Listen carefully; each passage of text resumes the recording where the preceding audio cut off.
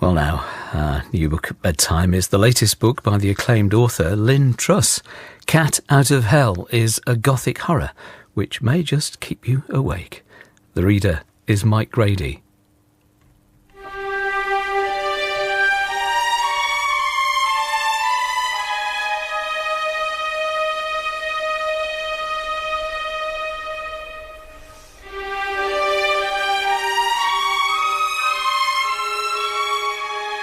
The following story, which is absolutely true, was brought to my attention when I was holidaying recently on the coast of North Norfolk. The month was January. I was in search of silence and tranquility. I had rented a cottage which provided a fine view of the deserted nearby seashore, on which my small brown dog could run in safety. Having recently suffered the loss of my dear wife, I chose the location with care.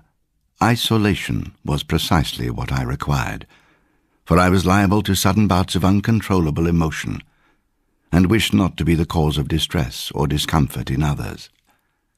For a week or two I was glad to be alone there, to make the fire, cook simple meals, watch the dog running in happy circles at the far-off water's edge, and weep freely in private whenever the need overcame me. But I forgot that I would need mental stimulus. At the end of Michaelmas term I had bid farewell to my position at the library in Cambridge with few real regrets. The work had been mechanical for quite some time, and I had assumed I would not miss it. I remember debating whether to pack my laptop. This is strange to think of now. Had I not brought it with me, perhaps the following story would never have been told. But pack it I did, and one stormy evening, when the wind was moaning in the chimney and I was craving intellectual occupation, I suddenly remembered that, around the close of the year, a library member of small acquaintance had sent to me by email the following folder of documents and other files under the general title, Roger. I opened it gratefully, and for several hours afterwards I was transported by its contents. By turns I was confused, suspicious, impatient, and even cynical. The story therein conveyed was outlandish, not to say preposterous, and yet, as I continued to study the material over the ensuing days, I felt increasingly inclined to believe it. Sad to say, I think what finally convinced me of the file's veracity was the staggering stupidity of the man named throughout as Wiggy, through whose pitifully inadequate understanding these events are mainly delivered to us. As my wife would have said, you couldn't make him up. Naturally, I wondered on occasion what lay behind Dr. Winterton's decision to send this material to me. But being unable to make contact with him, no Wi-Fi here, I was bound to accept the most likely explanation. I had rented a lonely cottage at the seaside. Winterton had somehow heard tell of it. He knew that this story unfolded in a similarly lonely cottage by the sea. Though I often tried to picture Dr. Winterton, I found that I could capture only in my mind's eye a fleeting impression of a snaggled tooth and a hollow, unshaven cheek. And possibly, oddly, the smell of cloves. In former times I would have asked Mary, of course. She had been my colleague at the library for the past 20 years. Even though her position was part-time, she had paid lively attention to the members in a way that I would sometimes find bewildering. I believe she did once mention Winterton to me in particular, but she would be unsurprised to learn that I could now recollect nothing of the circumstances of her dealings with him. For several years she was in charge of allocating the carols in the great reading room, so perhaps it was related to that. She was the most wonderful, practical, and rational woman, my dear Mary. She would never have taken this simple cottage. She would have been instantly alive to all its frustrating inconveniences. But she would have laughed with sheer pleasure to see our dog running so happily on the deserted shore. Every time he does it, I feel her loss most dreadfully. After long consideration, I have decided to present this material exactly in the order I encountered it myself. Who is Roger? Wait and see.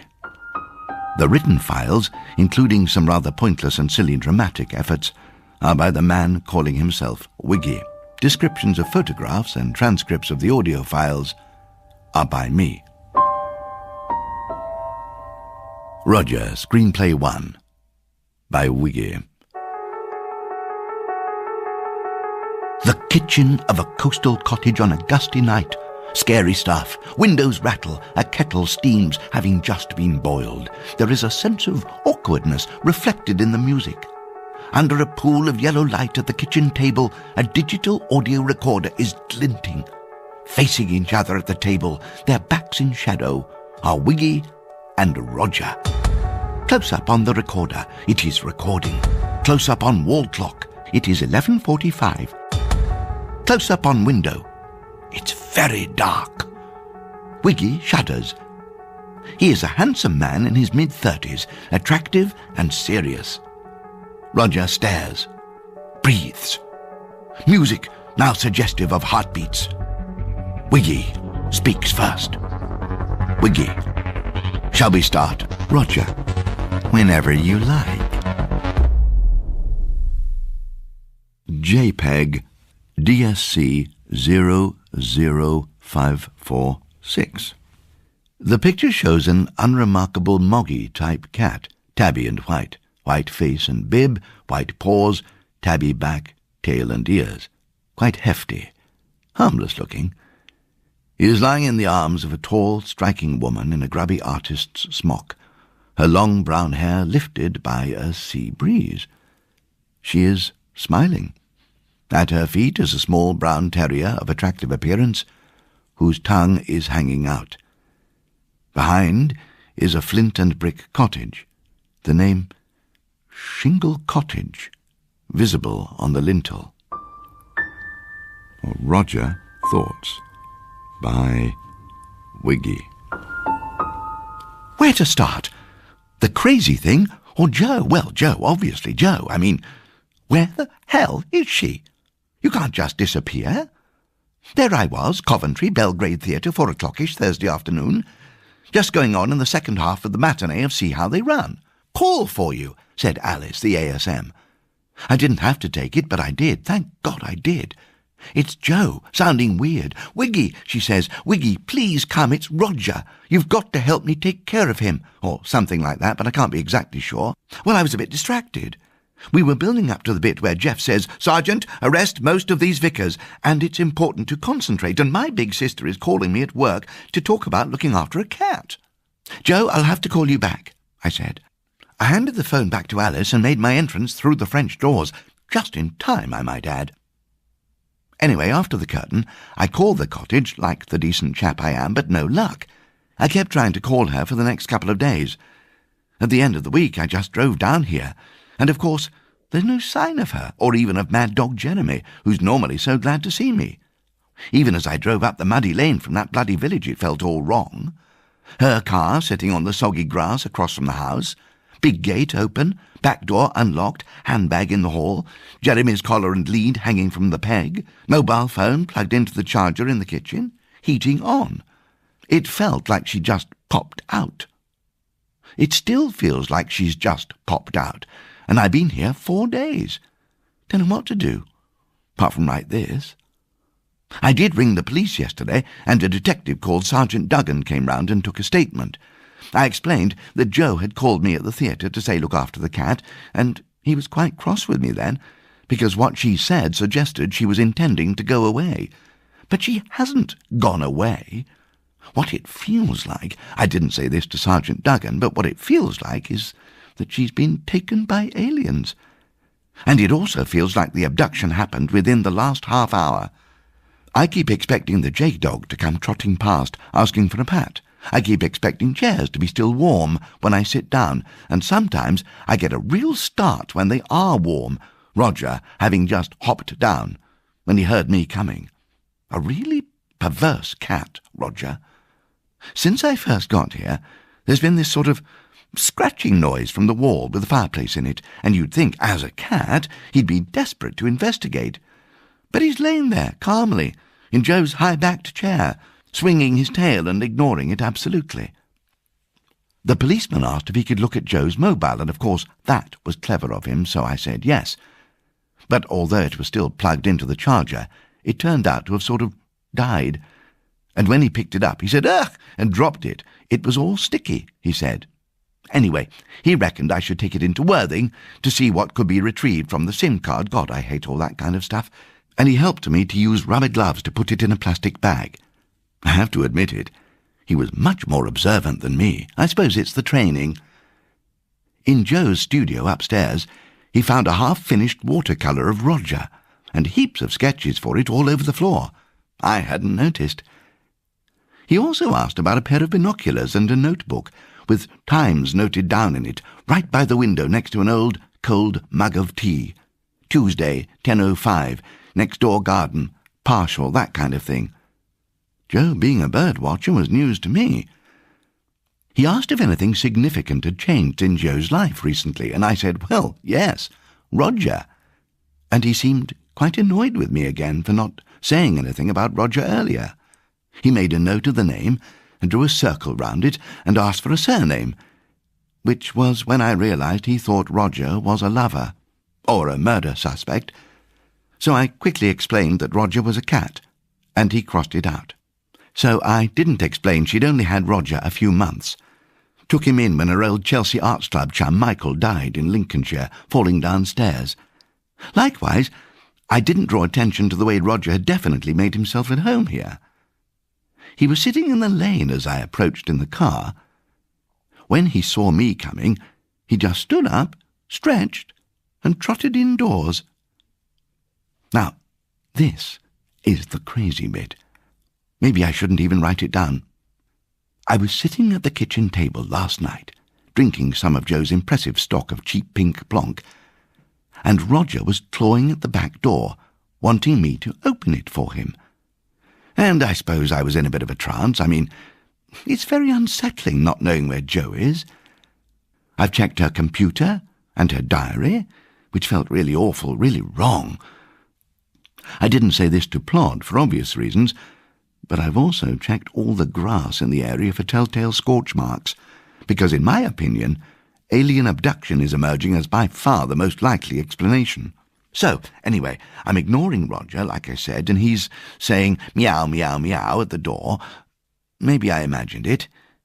Maybe I did, but what happens is this. He suddenly jumps up on the table, sits down in front of me, puts a paw over my glass and says, distinctly, "Let me out." I look at him. I feel a tingling in my head. I look at the paw. He doesn't move it. We look into each other's eyes for about 10 seconds. And then he jumps back down on the floor and claws at the door again, saying, "Meow, meow, let me out, meow, let me out."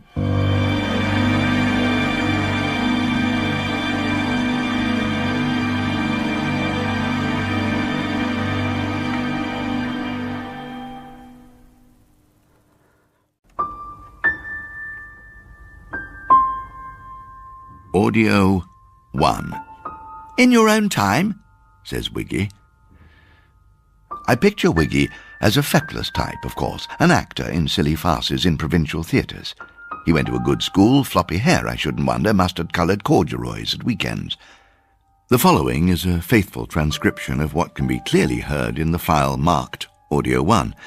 Essentially, it is Roger's life story, told in his own words.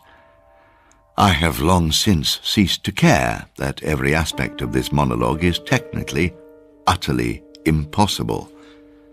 If it's helpful to know, Roger does sound a bit like Vincent Price. I was born in 1927 in the East End of London, and before you tell me that's impossible, Wiggy, may I remind you that a cat talking into this recording device is impossible enough, but I think you will agree that it is nevertheless definitely occurring. My mother was very beautiful and very young. I never knew my father, but that's pretty standard for cats, so please don't bother trying to read much into it, although I have to admit that a sort of father fixation with its associated rejection issues has arguably been a theme of my whole life. Have you read much Freud? No, Wiggy says. My brothers and I learned to scavenge and hunt, he goes on. There were 4 of us, all born together, but we were reduced to 3 when my brother Bill was killed by a cart horse when we were 6 months old. There is a pause. Wiggy starts to ask, You all right? But Roger resumes. I was just a year old when I met the captain. In the intervening 6 months I had often visited the spot where little Bill had met his end, and I had sometimes been aware of a large black cat watching me there. I assumed that one day this cat would expect me to fight, but although we met each other in the conventional way, backs arched, tails erect, teeth bared, circling with our claws digging into the dust, he disarmed me by saying, You miss him, don't you? Your little brother. It was a senseless way to go. And then he walked off, and I followed him. It was the turning point of my life. I expect I'm being thick, Wiggy says. But when this other cat, this captain, spoke to you, was it some sort of cat language? Of course it was cat language. I just told you I was only a year old. He led me into an old warehouse, all the way silent. Here we are, he said, when we were finally inside. He spoke in a weary way. I didn't know then how old he was. I didn't know how many times he had gone through this process before. You're wondering why I picked you out, he said. Let's just say I had a hunch about you. I looked round. From the darkness I was sure I could hear the far-off groaning of an injured cat. Is there someone else here? I said. I hoped I didn't give away how anxious I was. Yes, he said. I'll explain to you later, if there is a later. What do you mean? He sat down in front of me, his huge yellow eyes looking right into mine. Being captured by his gaze filled me with a strange mixture of terror and blissful joy. He leaned forward and said, very quietly, Has anyone ever talked to you about cats having 9 lives? And then before I could say anything, he lashed at me with massive ferocity, slashing my throat. My blood gushed out, fell like heavy rain to the ground. I stumbled and fell, weakly, feeling the pulse of my heart, pumping my tiny young life out of me as I lay there, helpless. I remember that I felt surprise, but no resentment, no anger, and I succumbed to death. When I woke, I was desperately thirsty, and my eyes hurt.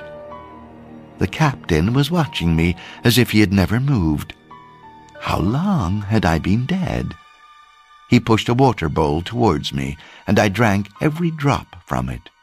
He didn't speak, and I was too frightened to break the silence. He had just killed me, hadn't he? I had felt myself die, and yet I trusted him. After all, here I was, alive. My throat appeared to have healed itself. The blood on the floor had dried. Whatever had happened, somehow the captain had it under his control. For the following few days, he brought me food, and I got stronger. And then, on the 7th day, he led me to another part of the building. We made our way into the darkness, in the direction of the groaning I had heard when we first came in. He stopped on the edge of a pit about 15 feet deep. It was too dark to see the bottom, but I could detect movement down there and smell an overpowering stench of animal decay. I could hear cracked and labored breathing and the unmistakable squeak of rats, a sound that drives any cat crazy with loathing and bloodlust. "You'll understand soon," he said, and knocked me in. I was down there for 6 whole days before I expired. My death was caused by a combination of dehydration, asphyxiation, and rat-induced dementia. It was the worst of all the deaths. It's no wonder that the captain always placed the pit second in the sequence. As he explained to me in the fullness of time, very few cats rose out of the pit and made it to their 3rd life, let alone made it eventually, as I did so amazingly, to their 9th. Roger stops. "You look confused, Wiggy," he says. "9 lives, then? It is quite a big idea to take in, I suppose," says Roger. "Every cat has 9 lives. Why do humans say that? Where did you get such a bizarre idea? Why do you pass it on? Every cat literally has the capacity within him to survive 8 deaths. Up until, say, 2,000 years ago, all cats had powers unimaginable to the average cat today. The species has been vastly diminished by time and domestication. In the modern world, only 1 cat in a million has the character, the spirit, the sheer, indomitable life force to fulfill that universal feline destiny of 9 lives as part of a conscious program of self-completion. I am that 1 in a million. My initiation through the captain was long and merciless, a symphony of pain and despair, but there was no other way of finding out whether I was the one. After cutting my throat and then leaving me to die in the pit, he went on to hang me, drown me, brain me, there is a little whimper from Wiggy here, and gas me, burn me, and poison me, each time having to prepare himself for an even greater likelihood that I would not return. When I recovered from the final test, I found him bent over me, weeping. He thought I hadn't made it. "He thought you were dead?" "Exactly. In the process of finding a companion for himself, the captain had sacrificed literally hundreds of cats over the course of 40 years. All this killing had made the captain sad and weary and disgusted, he said, but it was the sense of perpetual letdown that had injured his spirit the most. "Can you imagine it, Roger?" he explained. "Losing all compassion, feeling only fury and dismay." I felt that I could, but I said carefully, "I don't know." "Think of little Bill," he said. "I know you loved him. But be honest. Having survived 8 deaths that were each of them far worse than his, what do you really think of him now?" I thought of Bill, who had been so sweet and beloved, of my sense of loss, and then I said with perfect candor, "You're right.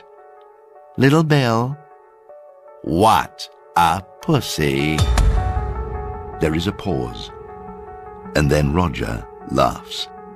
It is a shriek of a laugh that raises all the hairs on the back of my neck each time I play it. "Your face," he says. And then he laughs, and then, abruptly, the recording comes to an end. JPEG DSC 00021. This picture, in black and white, shows a man standing in a patch of bluebells in dappled light. His handsome face, big ears. He holds a lit cigarette. Beside his leg sits a cat, the same cat as in the first picture, the one I assume is Roger. Roger is pressing his head against the man's calf. in what looks like an affectionate way. I wonder if the man is Michael, the one who died in Lincolnshire and bequeathed Roger to Wiggy's sister Jo. No, it can't be. It's from much longer ago. The man's trousers are post-war. He looks a bit familiar. The quality of the picture is fuzzy, as if it had been printed on soft paper. JPEG DSC 00768. Again, black and white. Again, the picture quality suggests a fairly ancient date, 1960s. Two cats together. One is the supposed Roger cat, the other a massive black Tom with a handsome head. The black cat is lying down, stretched out on a patch of long grass in sunshine. The Roger cat lies on his back, his legs in the air, his head resting on the black cat's abdomen. They're both relaxed. If they were young men instead of cats, you would assume they had been for a drink and a swim after their final examinations, and that there was an ancient teddy bear called Aloysius lying half hidden in the grass. Behind them, little is in focus. A tree is casting shade across the bottom left-hand corner of the picture. Still, you can make out bushes. And an Elizabethan chimney. I looked at this photo several times before noticing, right in the foreground, at the top of the picture, a hazy horizontal shape. It makes no sense, being presumably some distance off the ground, and too close to make out properly. Narrow my eyes, searching for detail. It looks like a pair of brogues, heels together, toes pointed out.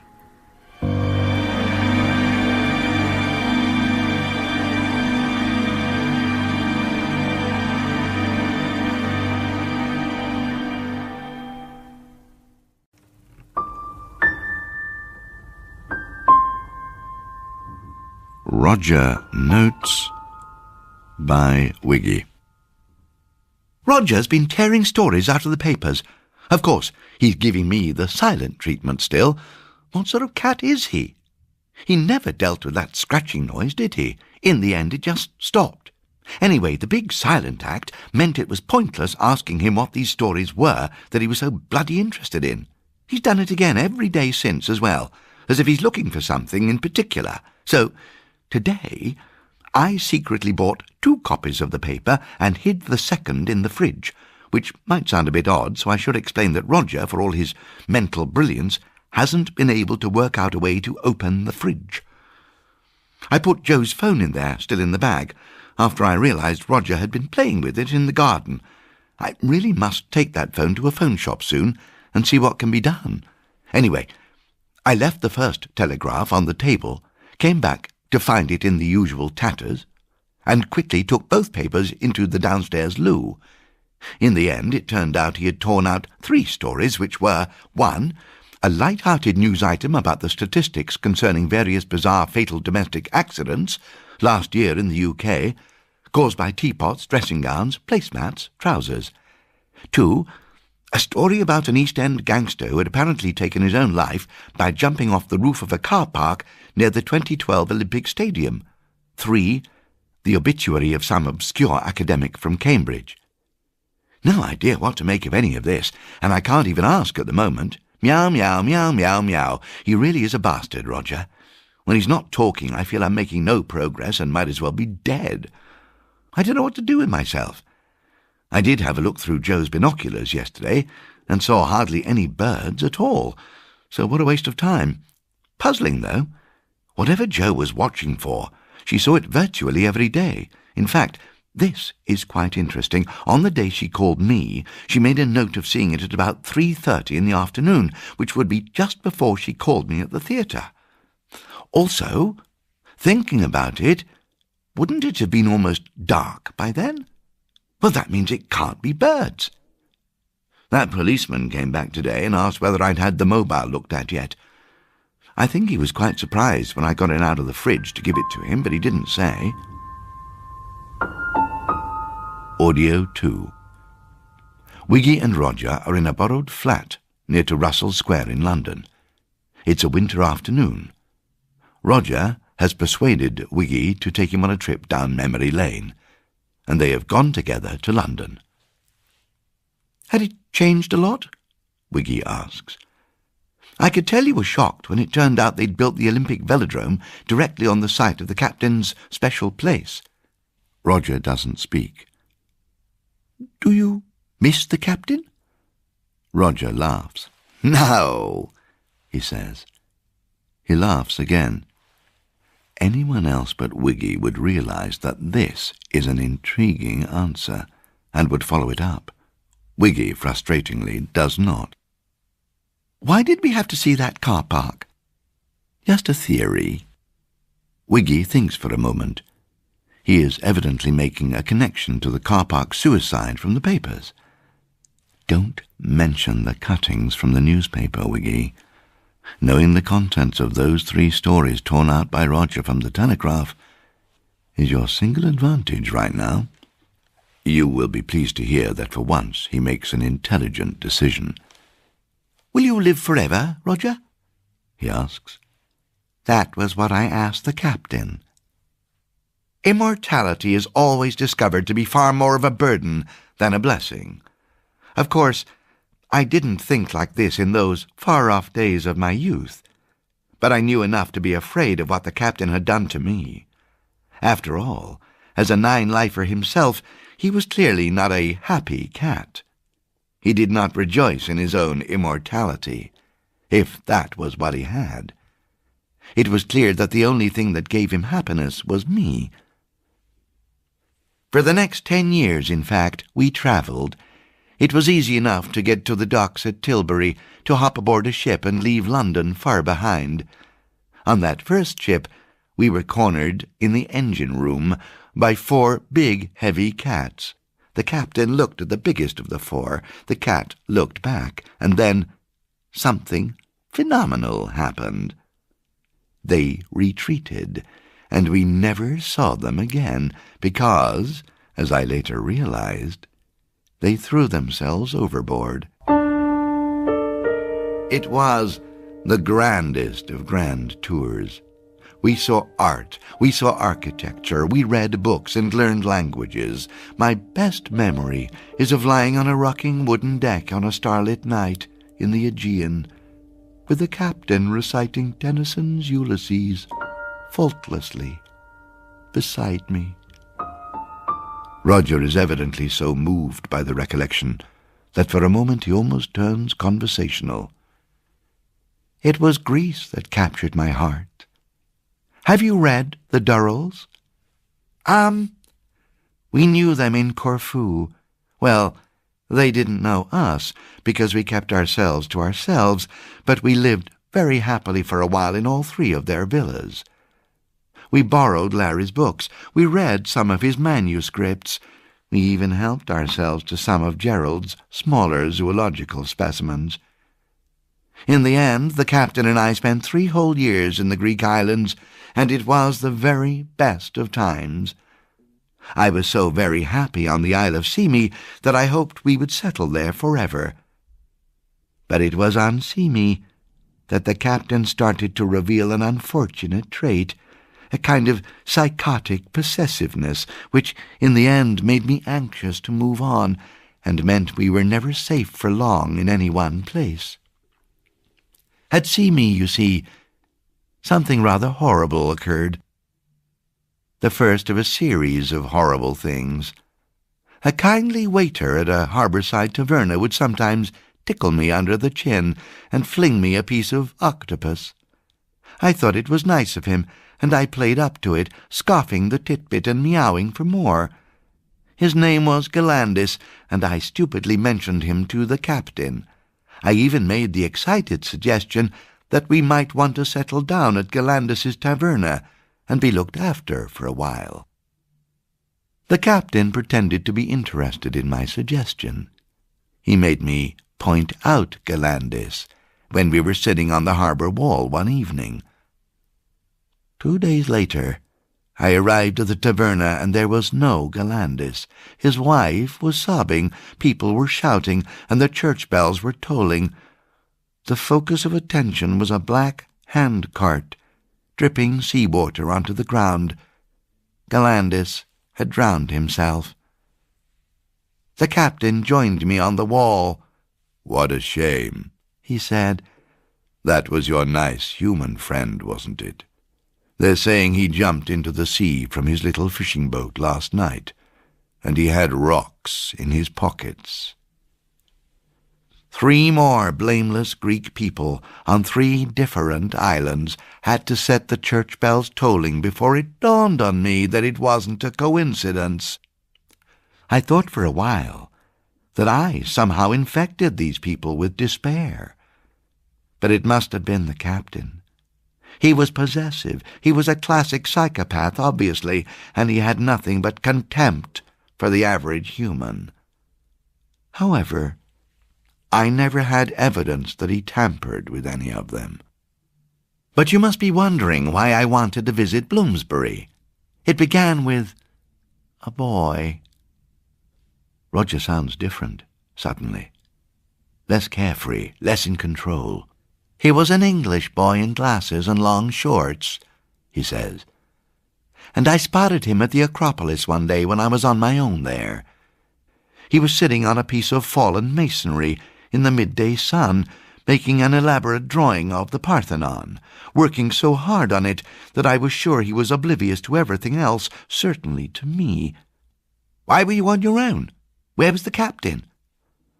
"On a bus to Piraeus. He'd gone to check the ferry times. We were leaving Athens the next day for Brindisi. The last words he said to me were—" He stops.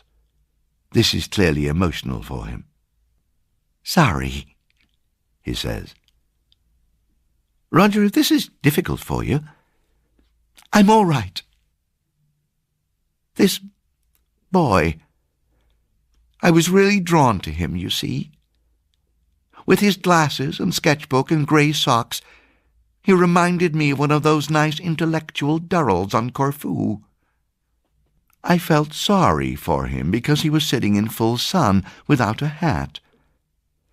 As it happened, the captain and I had recently spotted an old Panama hat left in the dust, and in my concern for him, I didn't hesitate. I went and got it and dragged it over. It was possibly the nicest thing I've ever done for someone else. Well, how true it is that no good deed goes unpunished. The boy smiled, thanked me, and took the hat. Then he poured some cool water from a flask into a little bowl and gave it to me.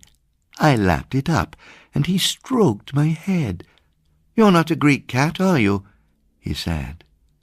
I purred, a bit uncertainly, and then he uttered the fateful words. "Aha," he said. "I thought so." I'm positive I didn't speak to him, yet somehow I did betray myself to that boy. Something I did gave me away, and then, oh, it was vile, he picked me up by the scruff of my neck and said, "I've read about cats like you." Then he produced some string from his pocket, and before I could do anything, he'd put a running slipknot around my neck and was pulling me away. That same afternoon, I was taken with a heap of other luggage to the port and put on a ship for England. When we arrived back in England, we came straight to London, and I escaped and came straight to Bloomsbury. How did you manage it, the escape? Oldest trick in the book, I'm afraid. Laundry basket. And why Bloomsbury? I suppose I only had one idea. Where would the captain think to look for me?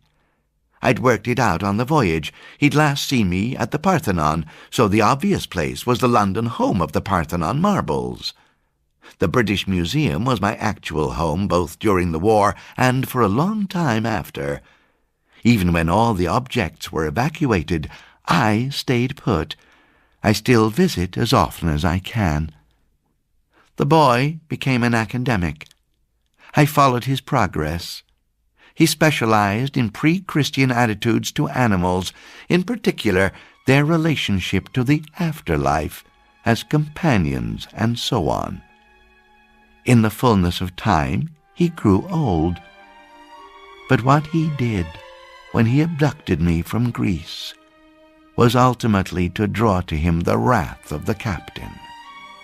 He lives still, but it's a miracle, and I have reason to believe that he doesn't have long.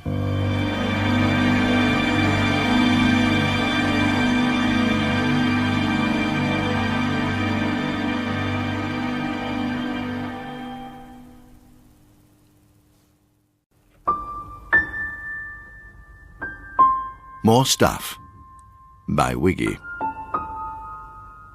Sergeant Duggan brought the phone back with pretty extraordinary news.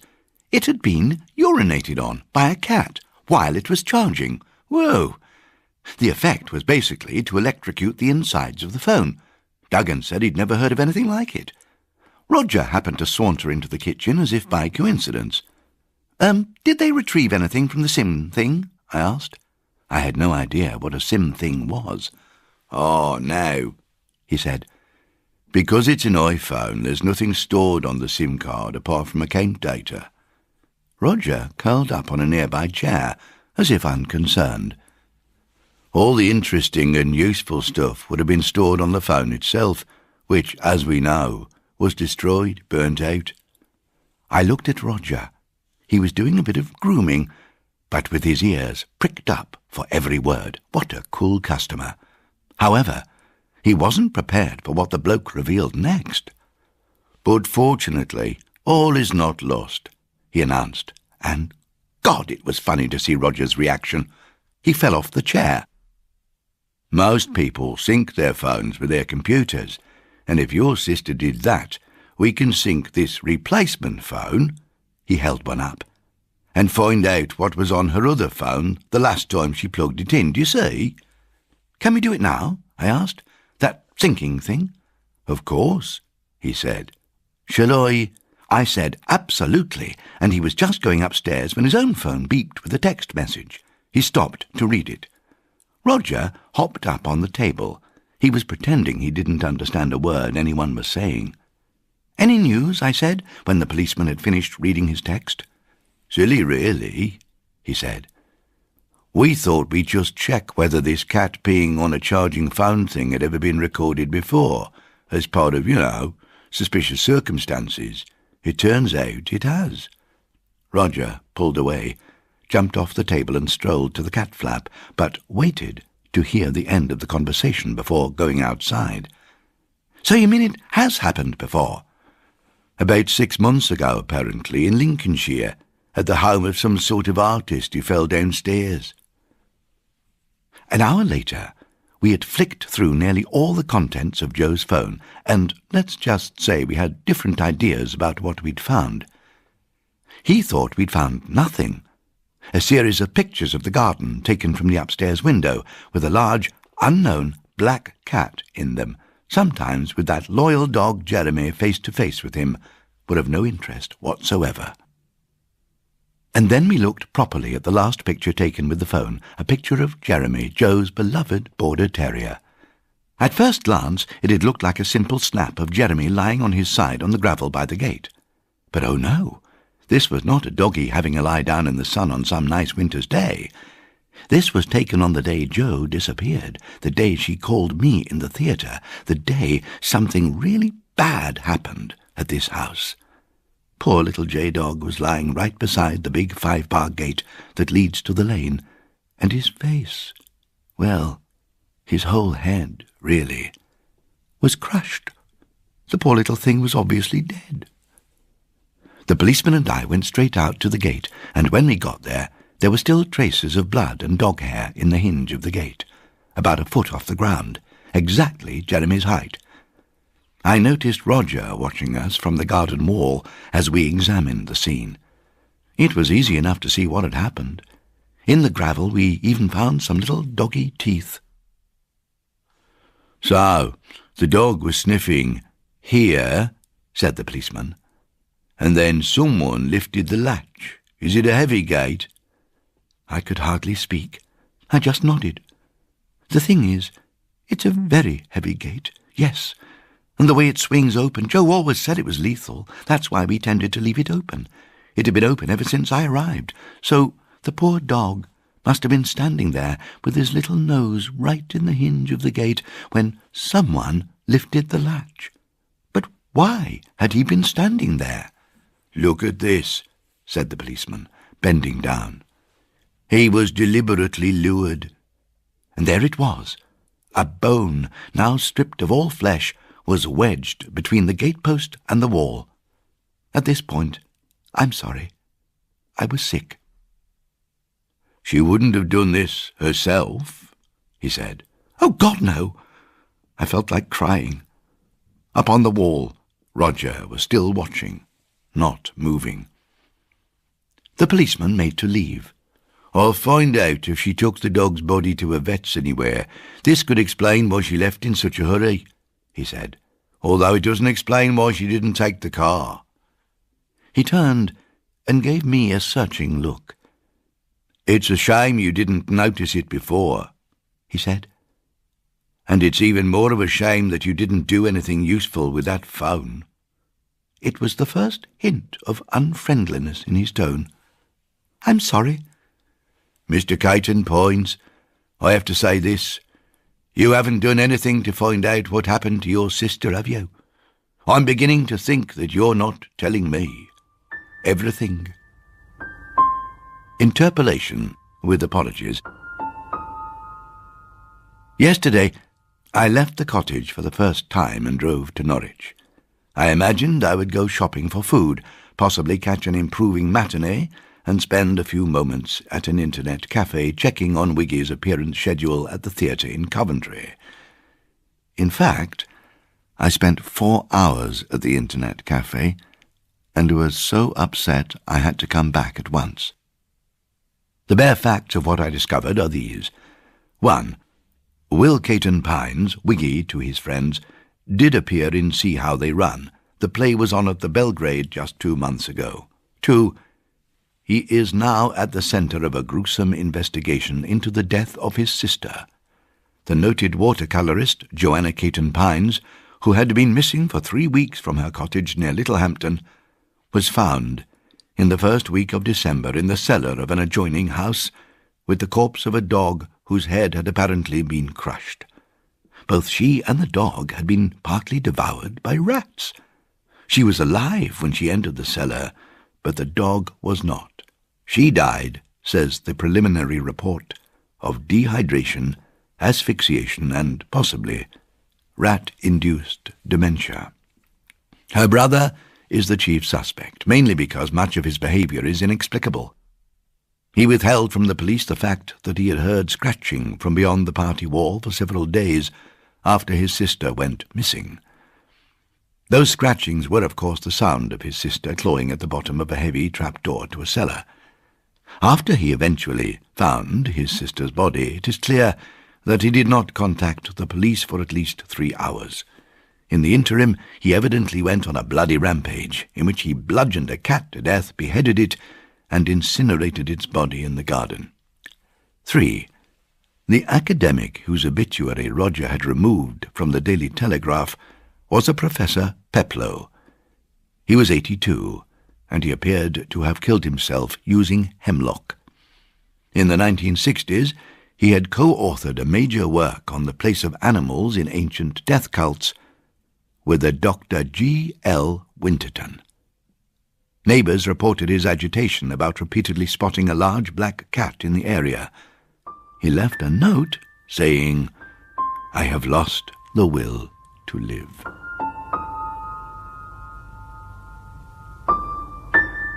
It was to a sad and comfortless house that I returned after cutting short my wintry sojourn by the sea. But the dog seemed glad to be home. He scratched at the garden gate and panted excitedly. This I found rather gratifying, until it dawned on me. Was he expecting to see Mary? It was soon distressingly clear that such was indeed the case.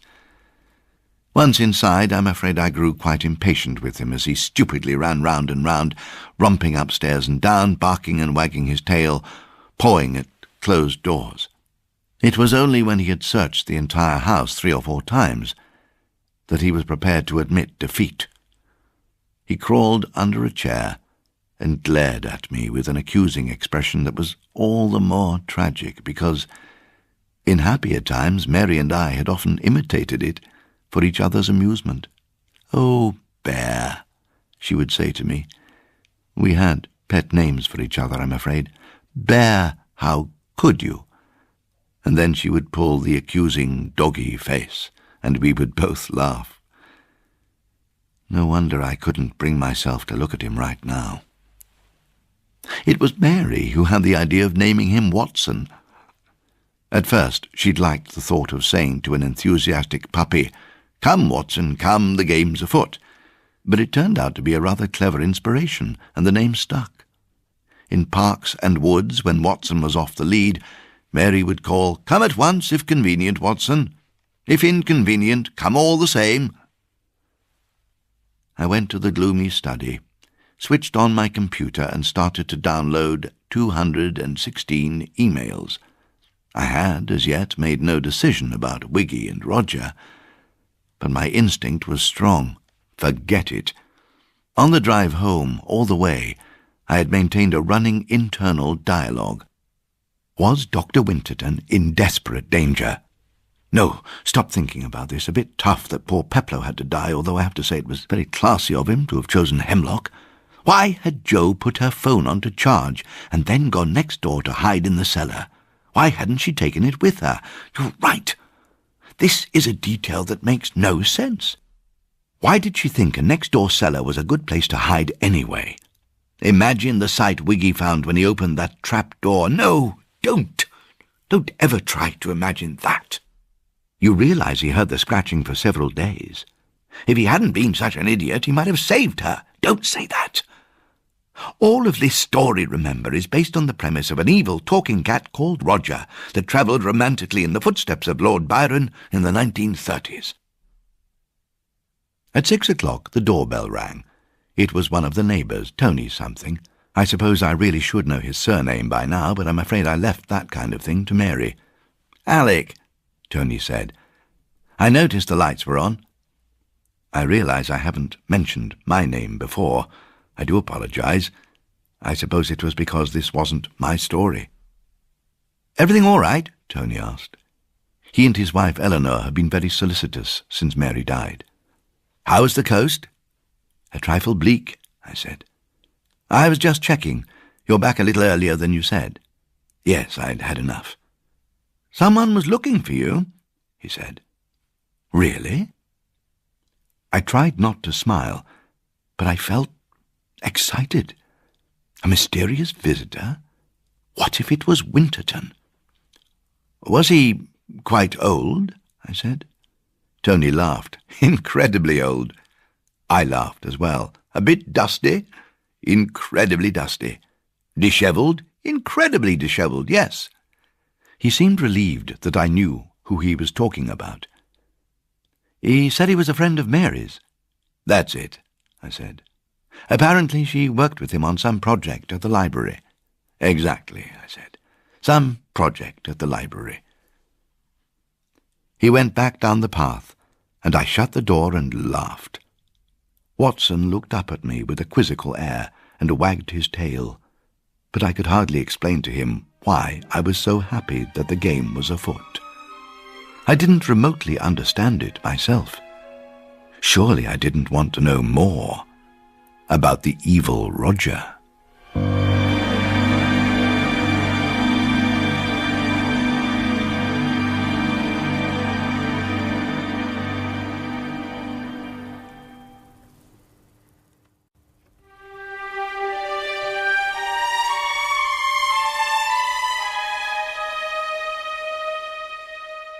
Three days were to pass before Dr. Winterton called on me.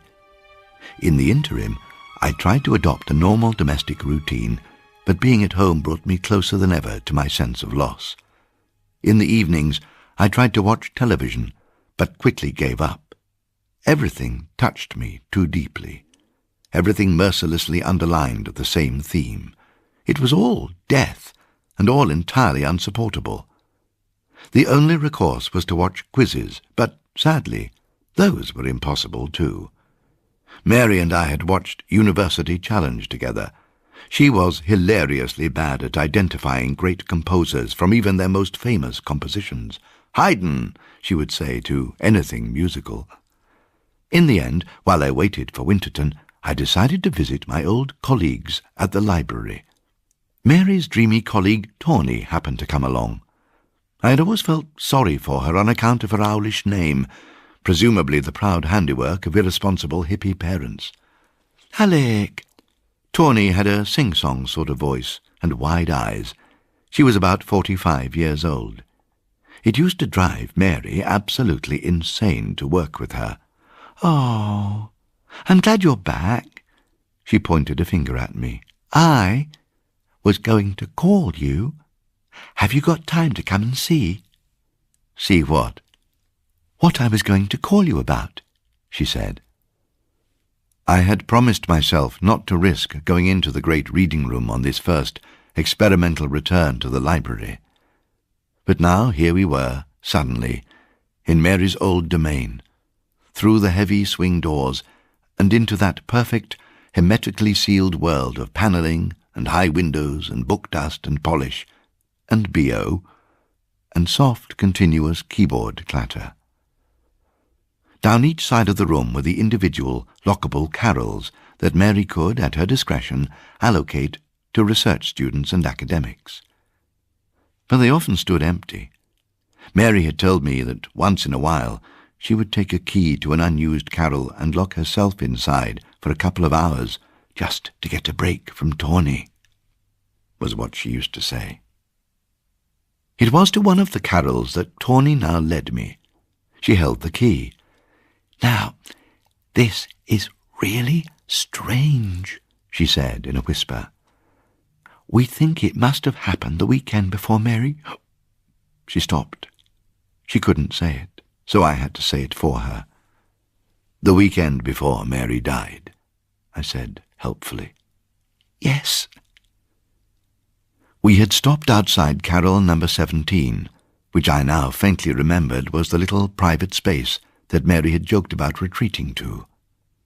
Tawny turned the key. "The thing is," Tawny said very quietly, "the caretaker said he'd seen a cat prowling about in the library, and he tried to catch him, but of course he never expected this." "A cat?" "Shh," she said. I had forgotten to whisper. "We don't know how he got in, but he's on the CCTV. He's huge. Anyway, there's a bit of a smell, so you'd better—" Tawny opened the door. "Oh, my God," I said. I stumbled back. "Alec, quick, oh, sit down. I'm so sorry. Wait here. I'll get someone." "No, stay," I said. I held onto the door jamb and tried to make sense of the scene inside the carrel, holding my hand over my face. The best way I can describe it is this. Imagine you had placed a small, orderly, panelled room in a jungle clearing, and come back a week later when all the larger wild beasts had taken turns frenziedly tearing it to pieces, slaughtering inside it, and treating it as a lavatory. The walls were slashed and splintered. Papers were torn and scattered. Books looked as if they had exploded. Blood was spattered in flying arcs. The smell, of course, was cat urine. How big was this cat? There were claw marks on the walls, a good 6 inches across. And to think that all this violence had been done, in a way, to Mary. "It's this bit that freaks me most," Tawny said. She pointed to the drawer in the desk, which must have been locked when the cat got in. The area around the drawer was cut and slashed so badly that splinters and chips had flown off. Grimacing, Tawny pointed to where, embedded in the shattered wood, there was a large claw its end coated in dried blood. It had evidently been dug so deeply into the desk that the cat had not been able to withdraw it. "I know I'm being stupid," she whispered, "but it's as if it wanted to get into the drawer." "What's in there?" I said. "Nothing. It's empty," she said, and drew it out to show me. Tony decided I had seen enough. She shut the door again, and we moved to the corner of the reading room, where we could speak a little more loudly. One thing above all I needed to know. "Did Mary know about this?" I said. "Tony, did she see this?" "We think she did," said Tony. "Actually, I'm sure she did. It was on the Monday morning, you see. Do you remember I called you and said she'd gone home not feeling well?" Of course I remembered. Mary had died later that day. "This must have happened over a weekend, you see, and I remember she took the key on the Monday morning and came down here. I'm sure she came straight back to the inquiry's desk and said she didn't feel well. She had something with her, a small slim book, I think, in one of those old university slipcases. She went up the spiral staircase behind the desk. She was gone for a while, and then she came back down and went home, and oh, Alec, I never saw her again." A tear rolled down her face. "She took away the key with her, which she shouldn't have done. But that's why we didn't find out what had happened in there until a few days ago, when we came up with a duplicate. We'd noticed the smell, of course, but we didn't realize it was coming from here. Some of the readers, well, you know what they're like. Did you see what it did to the books?" I was still reeling. There was no doubt that this carol had been Mary's. In the debris, I had recognized her handwriting on some of the ravaged papers. But why hadn't she told me what she was doing in there? Why had she lied to me? Had Dr. Winterton really been working on a project with Mary? What had she got herself into? And what, by extension, had she got me into, too? This destructive act had been done, without question, by a large and powerful cat. Oh, God! Until this moment, it had been of no real concern to me whether the captain existed or not, but now, disbelief was not an option. "Can you open it again, Tony?" I said. "I have to know what she was working on in there." Tony pulled a face. "Oh, I'm sorry," she said. "But technically I'm not supposed to show it to anyone. I just felt you should know." This was very frustrating. "All right. Where are the books from, at least?" I said. "Do you know?" "Oh, yes. They're from the Seaward collection." I closed my eyes and took a deep breath. "Of course," I said. "Of course they're from the Seaward."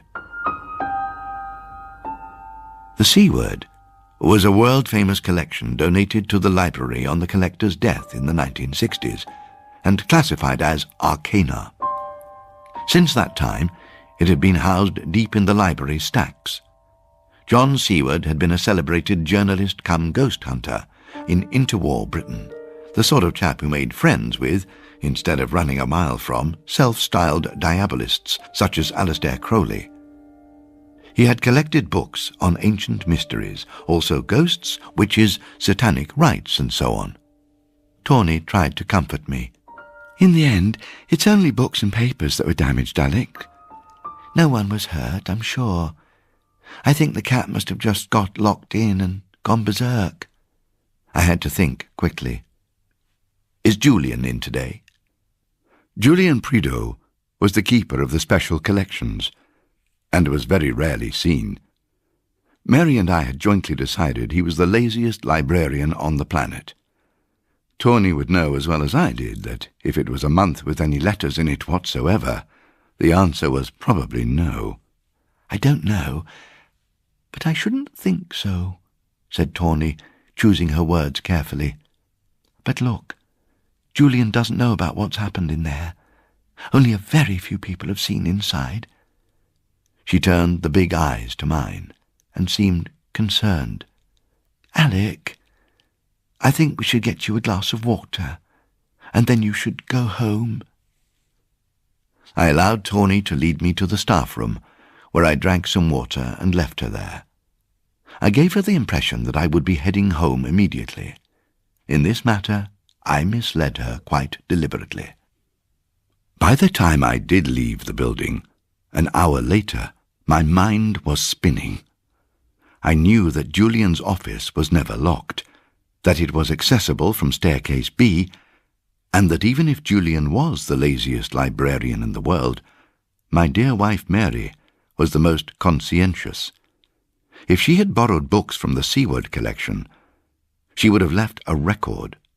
Within a couple of minutes of larcenous trespassing, I had obtained a list of the books she had borrowed. The loans had been carefully handwritten by Mary in Julian's ancient logbook, presumably in his absence.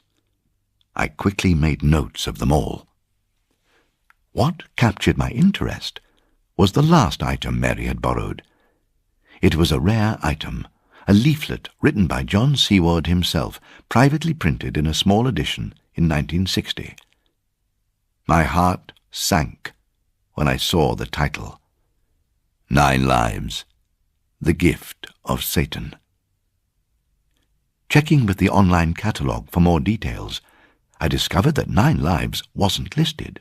Fortunately, I knew that with a donated collection such as the Seward, the card catalogue of the original classifier would have been preserved.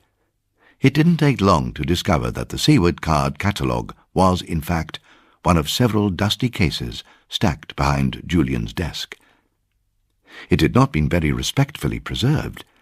In the back of one of the card drawers there were stuffed some random bits and pieces. I saw a bit of old leather with a buckle on it. Carefully, I riffled through the cards to find the right one. I then removed it from the drawer and took it to the photocopier on the 4th floor, where, fortunately, I saw no one I knew. I then quickly returned to Julian's office and replaced it in the drawer, but not before its unusual classification had caught my eye. It was one I had heard about but never seen before. The great public library in Boston, Massachusetts, employed it in the 19th century. Stamped in red ink, on the corner of the 9 Lives, The Gift of Satan card, was just one word, in capitals: Inferno. Its meaning, simply, was that it should be burned.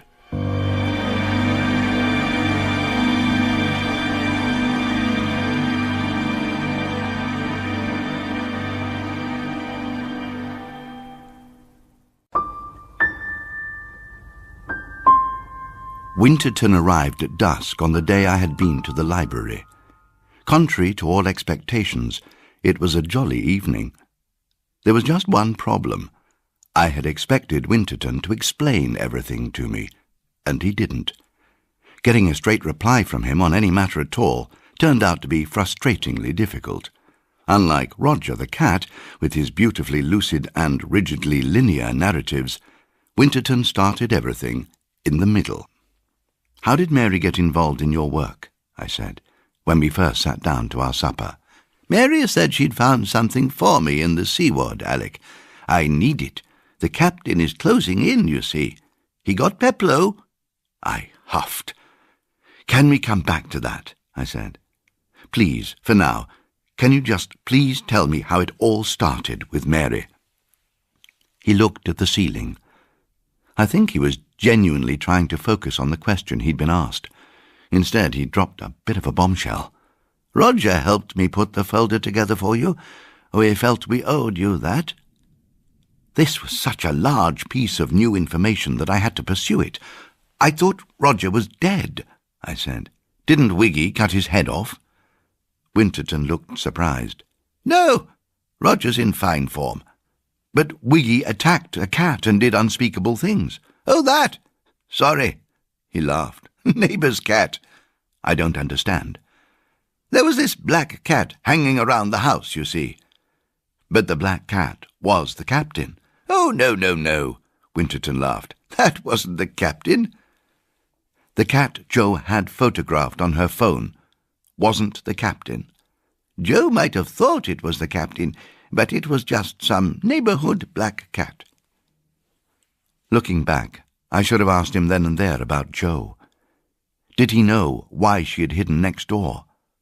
How had she become trapped?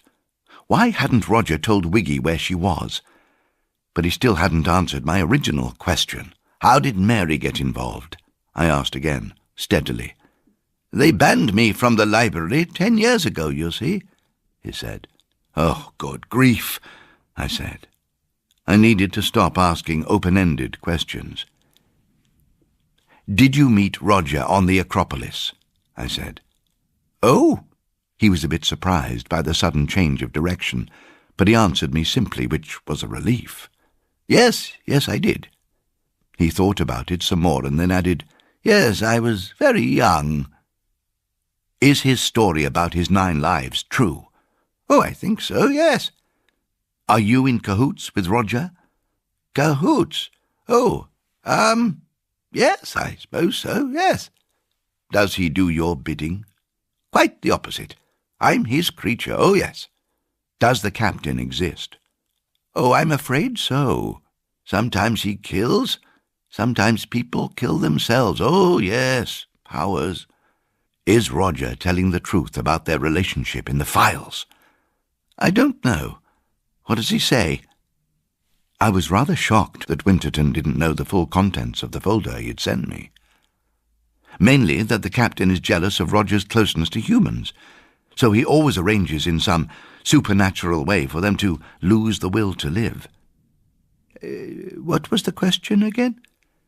Is that the relationship between Roger and the captain? No. Well, perhaps it used to be, but Roger hasn't seen the captain for years and years, you see. Does he look up to the captain? What? No, not any more. So? He hates him.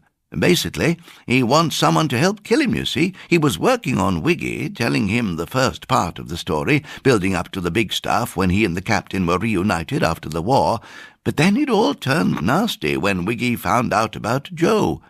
So he'll have to start again now. He thought for a moment. To be honest, he has already started again. On you. That's why he wanted me to send the file. It's all coming to a head, you see. I didn't like the sound of that. Can the captain even be killed? Ah, there's the rub. He gave me a significant look. Look, I said, this is what I really want to know. Were you responsible in any way for Mary's death? Did the captain come here? He sucked his teeth and pulled a face. I waited. And then he answered quietly, Yes, I think he did. I put my head in my hands. I'm so sorry I got Mary involved, he went on. Roger thought she was the perfect ally because she thought his story was all nonsense. We were getting very close to something, you see. If you help us now. I had so many other questions, but for the time being I could manage only one more. Have you ever heard of a publication entitled 9 Lives, The Gift of Satan? I said. The effect on Winterton was electric. He jumped up and set Watson off, barking. No! How do you know about that? Have you got it? Is it here? Winterton left at around 10:30. Watson and I escorted him to the main road where we saw him into a taxi. We shook hands before he got into the cab and quickly ran over the highlights of the plan we had made. Saturday at 6, I said. Back entrance, near the cycle parking area. You have to be in position because I'll only have a few seconds. When Mary had come home from the library on that Monday morning, she had known she was in danger.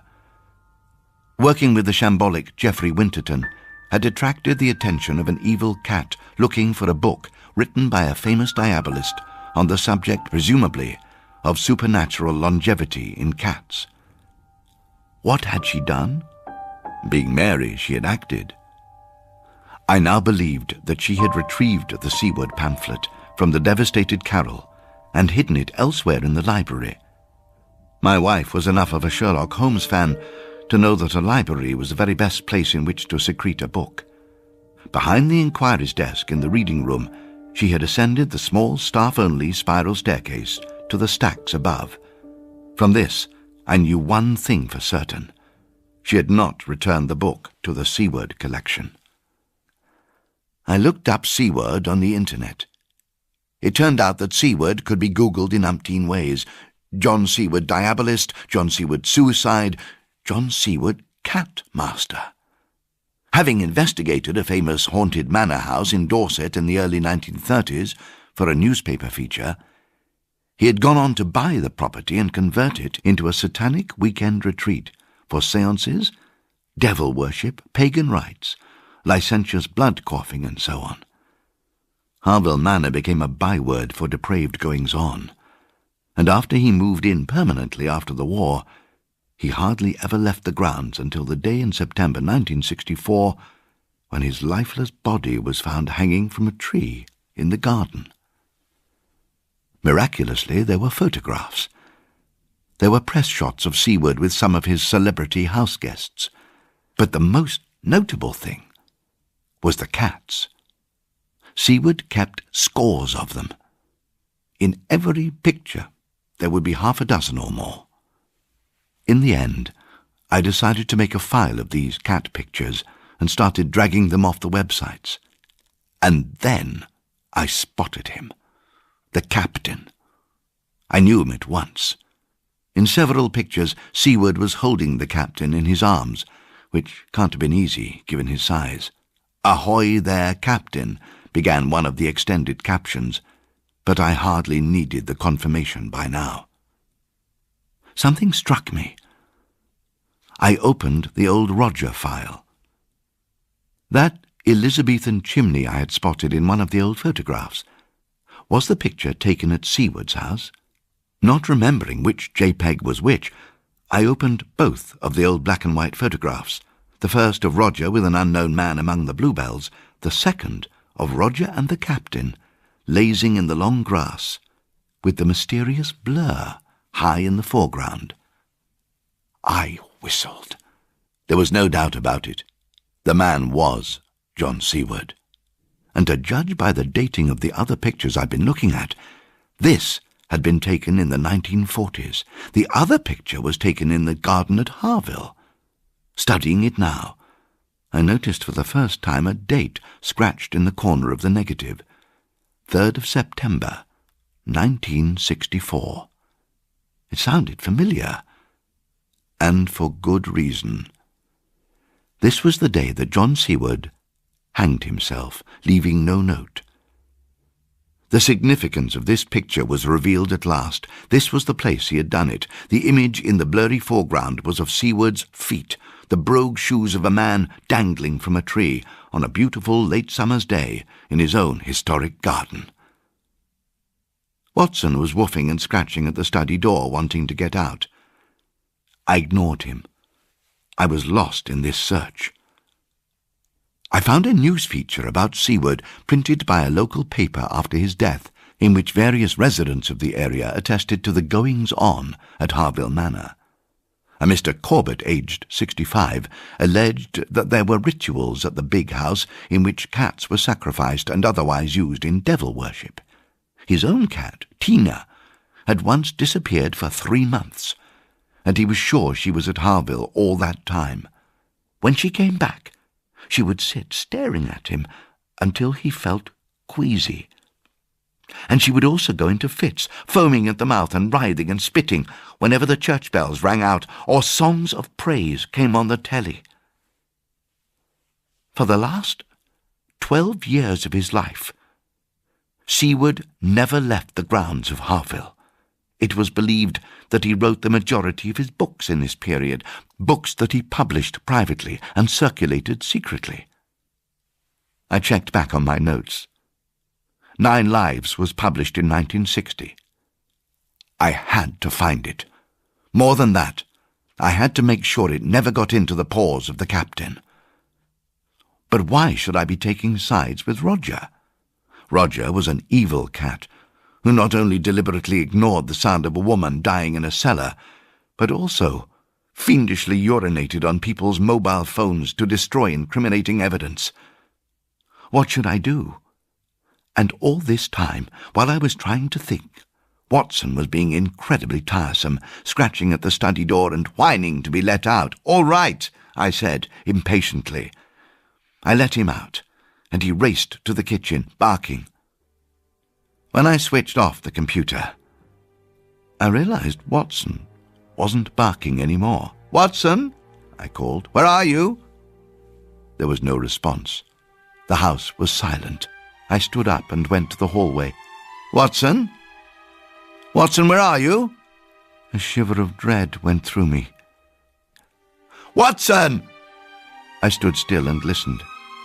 "Watson?" I tried to say it calmly.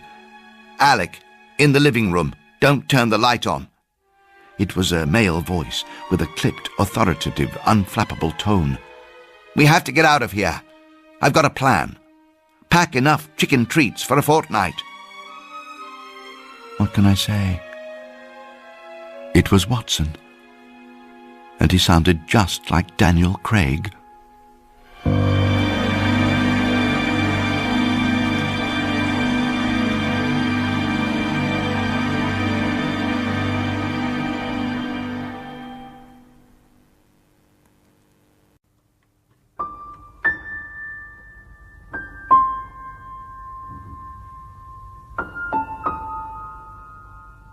From Alec Charlesworth, sent Thursday 15th of January, 4:25 p.m. to William Caton Pines, subject Roger, attachments beside the C folder and home file. Dear William Caton Pines, this is a very difficult email to write. The long and short of it is that I have heard what happened at Shingle Cottage, and much as I have resisted becoming involved in the story of the two individuals known as Roger and the Captain, I find that I am now in it absolutely up to my neck. I've had to leave my house. I've had to move into a B&B near the station, but you don't even know who I am yet. Rather than explain everything here, I have attached a folder and a file for you to read, some of which you will be familiar with, as it was written by you in the first place. I think it will make clear everything that's happened so far. When you've read it all, you will know everything that I know, which means you will also be aware of many unanswered questions and many frustrating gaps. Before you read the attached, I feel I should apologize for any observations detrimental to yourself. I believe I call you an idiot on several regrettable occasions, and also remarks such as, "He really is out of his intellectual depth with Roger, and for once he makes an intelligent decision." The plain fact is that I did find myself quite captivated by Roger. I think it was something to do with his educated love of Tennyson's earlier poetry. Since my life is evidently in danger from talking cats with lethal powers, and since there is no one else in the world with whom I would dare even raise the subject of talking cats, could I persuade you to act as my archivist? I realize I don't know your current feelings on what happened at the cottage, but please believe that I am appalled and horrified by everything that happened there, and I intend that nothing like it shall ever happen again. If I could just feel that the record was being kept somewhere by you, it would help me face all that has yet to be done. In short, will you be my friend? Yours sincerely, Alec Charlesworth, FCILIP, Fellow of the Chartered Institute of Library and Information Professionals. From Wiggy Caton Pines, sent Friday 16th of January, 10:45 a.m. to Alec Charlesworth, subject, Blimey. Dear Alec Charlesworth, how the hell did you get my email address? Wiggy. From Alec, sent Friday 16th of January, 11:30 a.m. to Wiggy, subject, Blimey. Dear Wiggy, I'm afraid a certain cat leaked it to Dr. Winterton. From Wiggy, sent Friday 16th of January, 11:37 a.m. to Alec, subject, Blimey. Geez. Alec, I need to think about this. Bit of a shock, raking it all up again. Wiggy. X. From Alec, sent Friday 16th of January, 11:40 a.m. to Wiggy, subject Blimey. If you would just read the files, Wiggy. Please. Alec. From Wiggy, sent Friday 16th of January, 6:34 p.m. to Alec, subject All right. Sorry it took me a while. I've read them and I have a question. Can your dog really talk, or did you make that up? From Alec, sent Friday 16th of January, 6:52 p.m. to Wiggy. Thank you very much for reading the files. In answer to your question, no, I didn't make anything up. Tomorrow night, Dr. Winterton and I will attempt to purloin the Seaward pamphlet after the library closes. I'm sure it contains the answer. Otherwise, why would the captain go to such lengths to recover or destroy it? By the way, you never answered my question about whether you're willing to act as repository for the rest of this story. Yours, Alec. From Alec, sent Saturday, 17th of January, 4:30 p.m. to Wiggy, subject Operation Seaward. Dear Wiggy, I'm just setting off for the library. If anything should happen to me, Watson will be at the Sandringham B&B in Milton Road, not far from Cambridge Station. I'm sorry if this is too much information, but it's very important for me to tell someone what's going on. Alec. From Alec, sent Saturday, 17th of January, 11:45 p.m. to Wiggy, subject Operation Seaward. Attachments, PDF plan of library. Dear Wiggy, still not having heard from you, I'm afraid I've decided to use you as my confidant anyway. Winterton has been injured, Wiggy. Quite badly. But I'm getting ahead of myself. I should tell the story properly or not at all. This is for the record, isn't it? This evening, I entered the library at 5 p.m., using my temporary membership. As you will see from the attached plan of the library, the space immediately above the great reading room, accessible by the spiral staircase behind the desk, contains the music stacks, which are not accessible to readers anyway from anywhere else. I had worked out a rather good plan, I thought. The main thing was to distract the dreamy Tawny away from the desk, then sneak up the spiral staircase to the music library, search for the book, and hide there until the library closed at 5:30. Then, using the spare set of master keys that Mary and Tawny have always left in the top drawer of the inquiry's desk, I would let myself out of the reading room and make my way down staircase A to the emergency exit next to the cycle racks. Opening the door would set off an alarm, but the idea was that I would quickly hand the book and the incriminating set of library keys to Winterton, who would be positioned outside. I would then go back inside and face the music with the security man claiming to have fallen asleep on the floor of the history library before closing time, and apologizing for causing so much trouble. Winterton and I would then rendezvous at the nearby Colquick just before it closed at 6:30, where we would copy and scan the pamphlet, and I could send the scan straight to you for safekeeping. I am writing this in A&E. It is 9:45, and I am trying to keep a lid on things. Winterton was delirious by the time we got here. He'd lost so much blood. Pray God he doesn't spill the beans to anyone about exactly how and why he got those terrible cuts and gashes. The first bit of my plan worked quite well. Improvising, I used a cat's meow to draw Tawny's attention, and she left the desk to investigate. There are 2 sets of swing doors to the reading room at the same end, so it was quite easy to do the meow from one side and then nip round to the other doors and dodge up the spiral staircase while Tawny had gone the other way. There was no one else up there, thank goodness. But there was one obvious problem to be solved. I had no idea where Mary had shelved the book. Here were 6 long walkways of tall stacks, all packed with tall, thin musical scores. The Seaward pamphlet, in its protective slipcase, would hardly be conspicuous up here, and I had only 20 minutes to find it before all the lights shut off automatically at 5:30. I thought about Mary. What would she have done? Where would she hide something in a music library? What did she know about music? Well, not very much.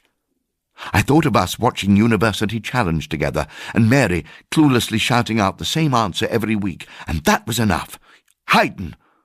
She would have hidden it under Haydn. And so she had. I found the pamphlet tucked behind a score of The Surprise Symphony just before the room was plunged into darkness. Tawny wasted no time at all in closing up. Only then did I start to creep carefully down the spiral staircase. In the great reading room, the high windows allowed a certain amount of grey light into the room, but it was a while before my eyes grew accustomed to the murk. I groped in the drawer for the keys and found them. But then I heard something, faint and muffled but unmistakable, that made my blood run cold, a human scream. I now believed that what I heard was Winterton. "Wiggy, I'll have to break off here. They've just told me they're going to keep him in. They've commanded me to go home. They've already given him a transfusion. He is now under sedation. He is definitely on the mend. I told them I was a mere acquaintance of his who happened to discover him in his assaulted state, but I also said I knew he had no relatives, so I felt I should wait to see how he was. It's nearly midnight. It's been a long day, and I'm glad to be leaving. I am desperate to get back to Watson. He is a resourceful little dog, but a little dog nonetheless. I'll write again as soon as I can. Alec. From Wiggy, sent Sunday 18th of January, 9:41 a.m. to Alec. Subject, Operation Seaward. Dear Alec, I've just read your email from late last night, and I don't know what to think. Your stuff is safe with me, of course it is. Send as much as you like.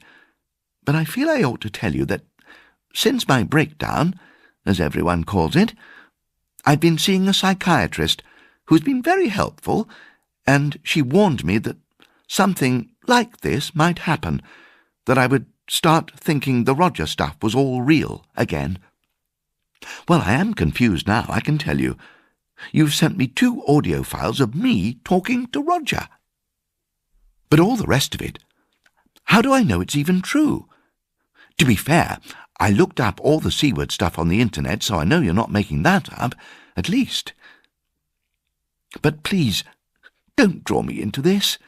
I'm very fragile. This lady shrink the other day, she brought a fluffy kitten into the consultation room. She wanted me to be nice to it. She put the kitten on my lap. I said I don't have a phobia about cats. I just know how cats think. But she'd made her plan, and she was going to stick to it. What would you like to say to this lovely little innocent kitten, Wiggy? And I looked into its huge eyes, and it looked back at me. Go on, she said. Give it a stroke, Wiggy. So I did my best. I made a big effort to stroke its little furry head, but the moment I touched it, it turned round to hiss at me, so I shouted, Get off my lap, you bloody murdering bastard! You killed my sister! I'm sorry to hear about Winterton. I do believe you, but I don't want to. I hope little Watson was well and safe on your return. Of course, I've never met little Watson myself, and here I am caring about his welfare. What a twerp I'll feel if it turns out he doesn't exist either. Wiggy. From Wiggy, sent Monday 19th of January, 5:14 p.m. to Alec, subject, Hello? Hello? Dear Alec? You're scaring me now, Alec. I've been checking for emails for the last 5 hours. Just a line would be fine. I just need to know how you and Watson and Winterton are. Wiggs. X. From Wiggy, sent Monday 19th of January, 10:36 p.m. to Alec, subject, Alec! Where are you? Alec! For God's sake! I'm going to pieces here. I don't know what to think. Please let me know what has happened. I haven't heard from you for 2 days. I've never met you, but I am your friend.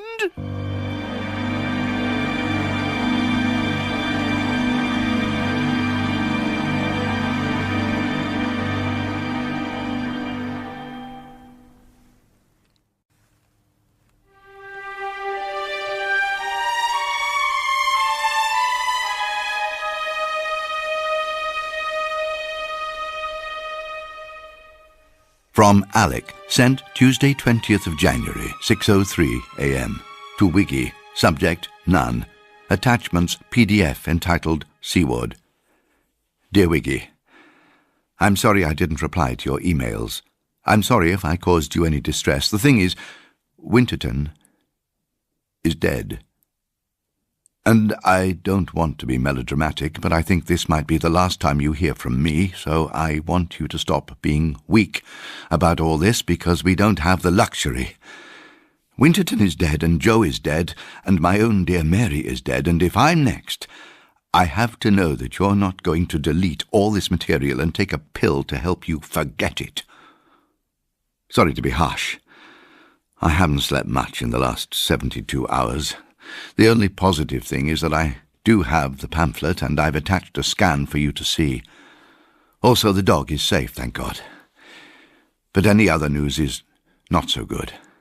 I had a call on my mobile yesterday morning from someone who said he was Tony Bellingham.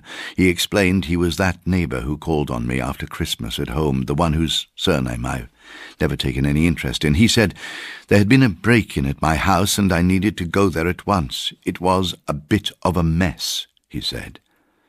He was with the police. I said I would go later, but I shan't.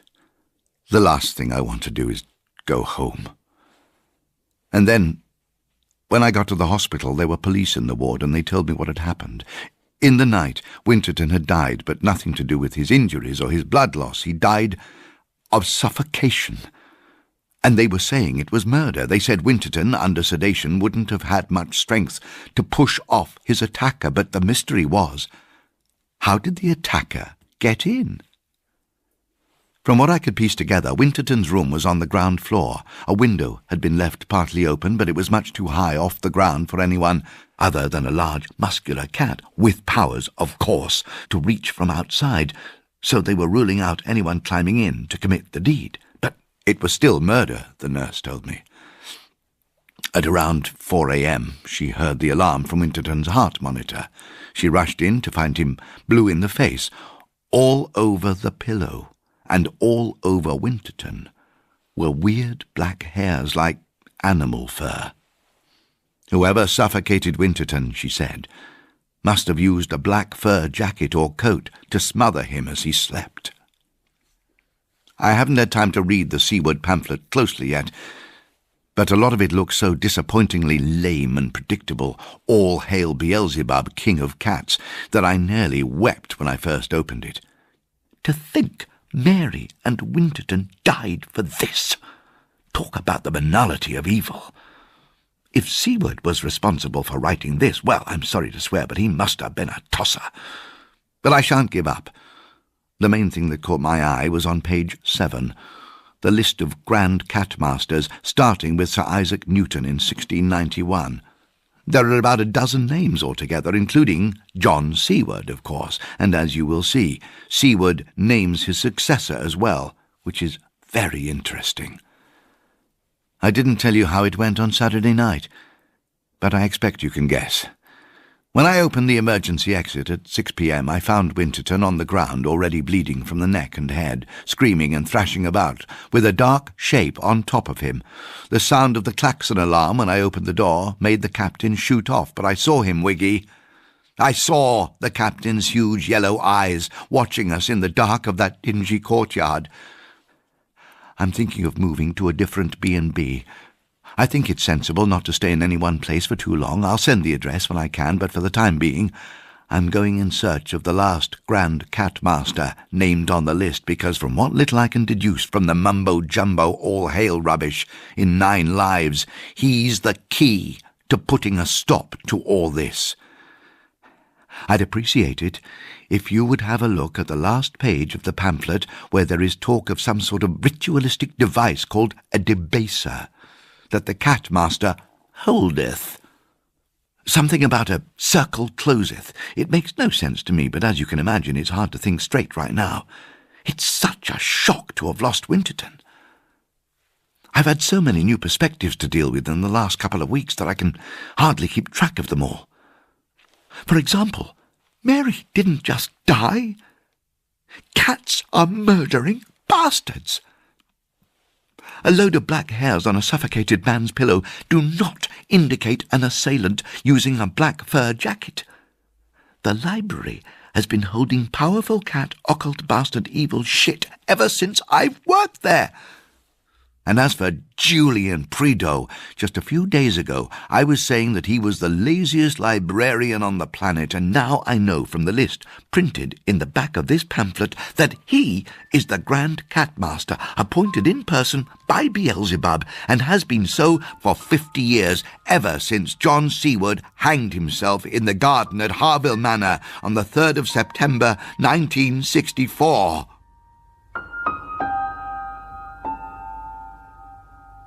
Telepathic message, also known as an e-meow, from Roger the Cat, sent Tuesday 20th of January, morning, to Julian Prideaux, Grand Catmaster.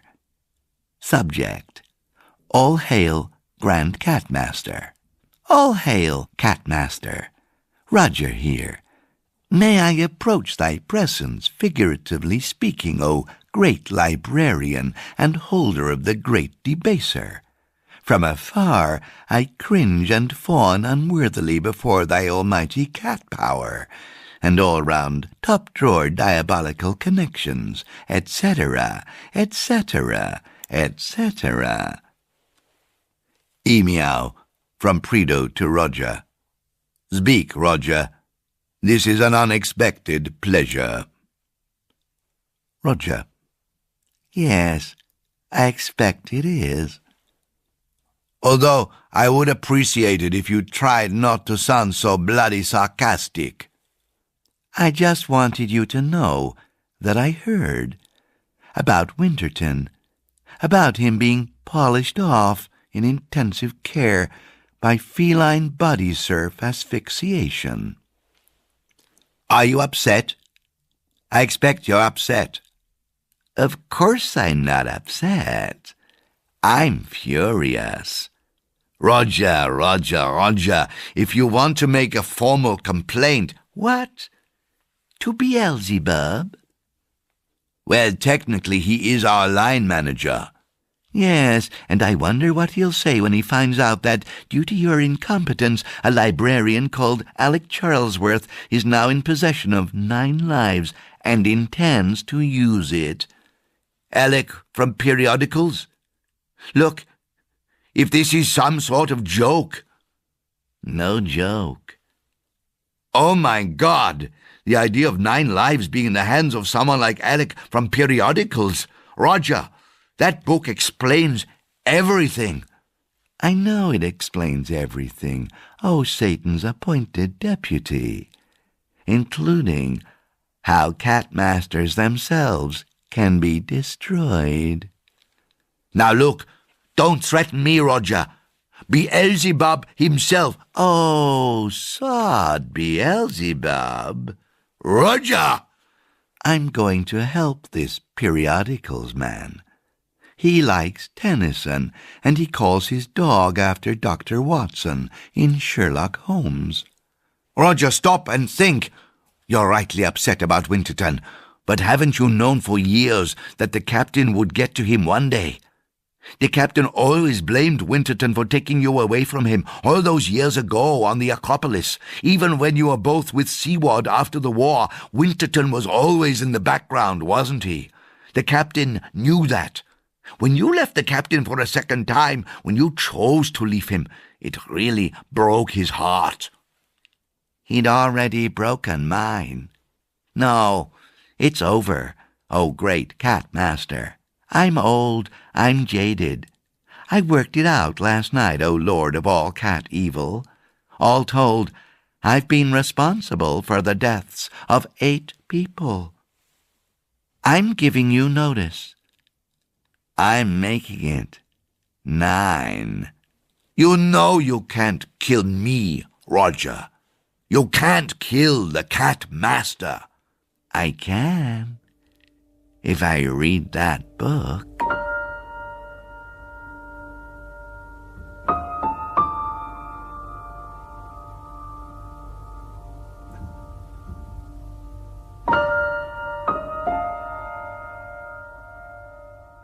From Wiki, sent Tuesday 20th of January, 8:45 a.m. to Alec. Subject, 9 lives. Dear Alec, I hope this reaches you. I have been reading this bloody pamphlet for hours now, and you're right about how absolutely tossy it is, but it's also weirdly plausible, you know. Remember that story you found online about the old man who lived near Harville Manor, whose cat came back with a physical aversion to songs of praise? I can't explain it, but I'm really bloody haunted by that. Alec, I have to tell you a couple of things, and I hope you won't be cross. In your last email, you mentioned you were going after the Grand Cat Master, but you weren't ever so specific, and I was just reading and rereading that bit in the book, at the end, about the Great Debaser, and it suddenly occurred to me what it was. And I knew you didn't have it, and I thought you'd bloody well want it, if at all possible. I've never explained to you that by sheer coincidence I live just 3 streets away from the library you used to work in, above the local Corquick, as it happens. I never mentioned this before because I wasn't sure at first that I wanted to get involved. Anyway, I studied the library plan you sent me, and this morning I thought I'd bloody well risk it. So I got myself into the library on a rather clever research pretext, and after getting lost a couple of times I found Prideaux's office. He wasn't there, and I got it, Alec. I got the Great Debaser. No idea what to do with it now, of course, but I do have it in front of me as I write this, and I do feel proud. The other thing I have to tell you isn't quite such a positive type thing. It's that I've remembered that Roger said he knew how to access my emails. I'm really sorry, Alec. I mean, I've no idea if Roger has been reading every single thing you've sent me, but just in case, my advice would be, from now on, don't tell me anything important by email. W. X. From Alec, sent Tuesday 20th of January, 8:45 a.m. to Wiggy. Subject, out of office auto-reply. Re-Operation Seaward. I am currently rather busy and mostly away from my computer. If this is Wiggy, I am going to Harville Manor. But don't tell anyone. From Wiggy, sent Tuesday 20th of January, 8:48 a.m. to Alec. Subject, you should change your auto-reply. Alec, you probably ought to change your auto-reply. Sorry. See previous email. Wigs. X.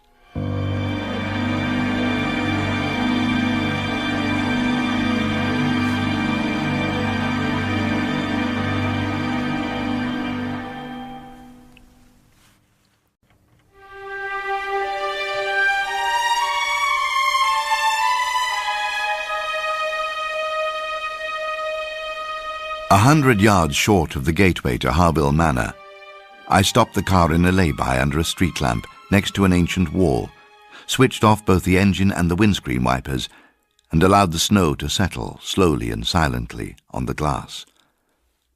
I undid Watson's harness and pulled him onto my lap and started to pull myself together.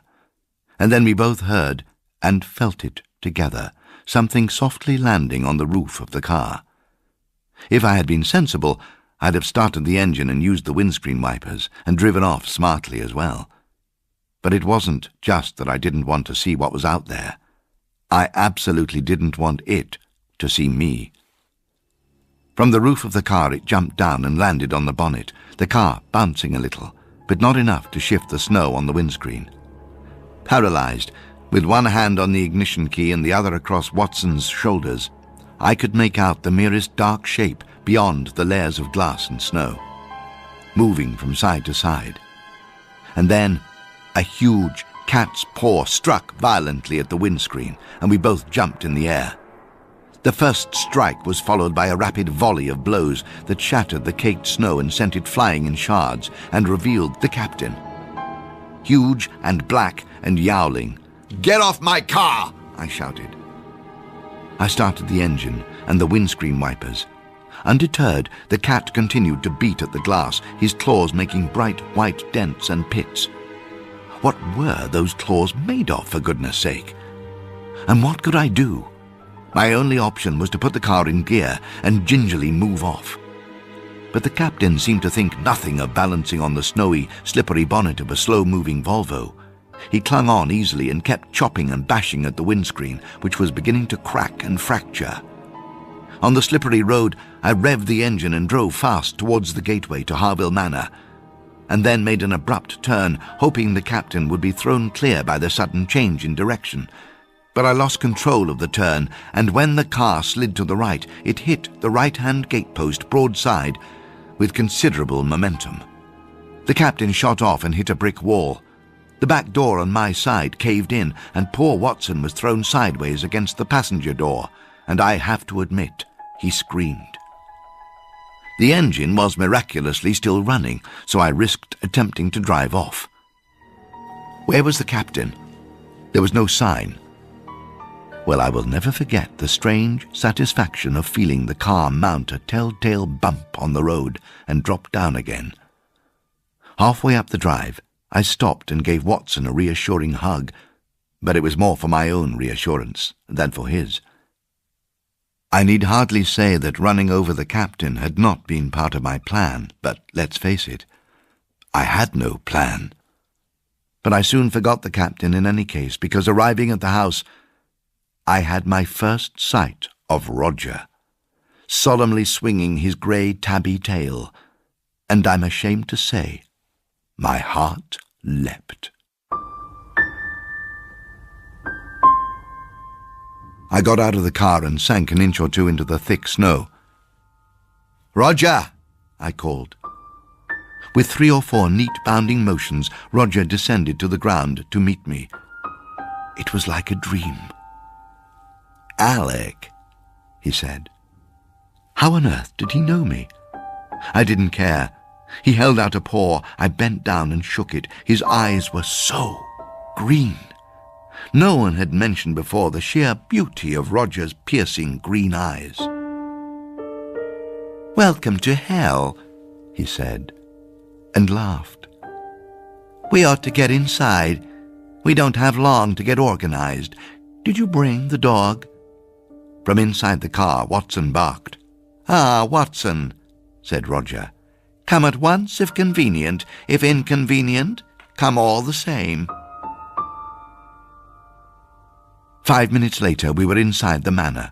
Roger sat on a wooden sill and indicated features of interest near to the house. Watson I had tied up in a far corner, and he had finally stopped barking, which was a relief, because everything echoed spookily in this shell of a house. "There's the old well over there," said Roger. "There's a story attached to it, of course, about witches, but it takes 48 minutes, so I shan't start. What time did you run over the captain?" He said it as if he were inquiring what time I'd come through Dorchester. "I'm sorry." "You ran him over, Alec. It's okay. I just need to know roughly when you did it." "Well, it was just now." "Good. So we've got about an hour before he comes back." "He'll come back?" "Of course he will. That's why we're here, Alec." "Right.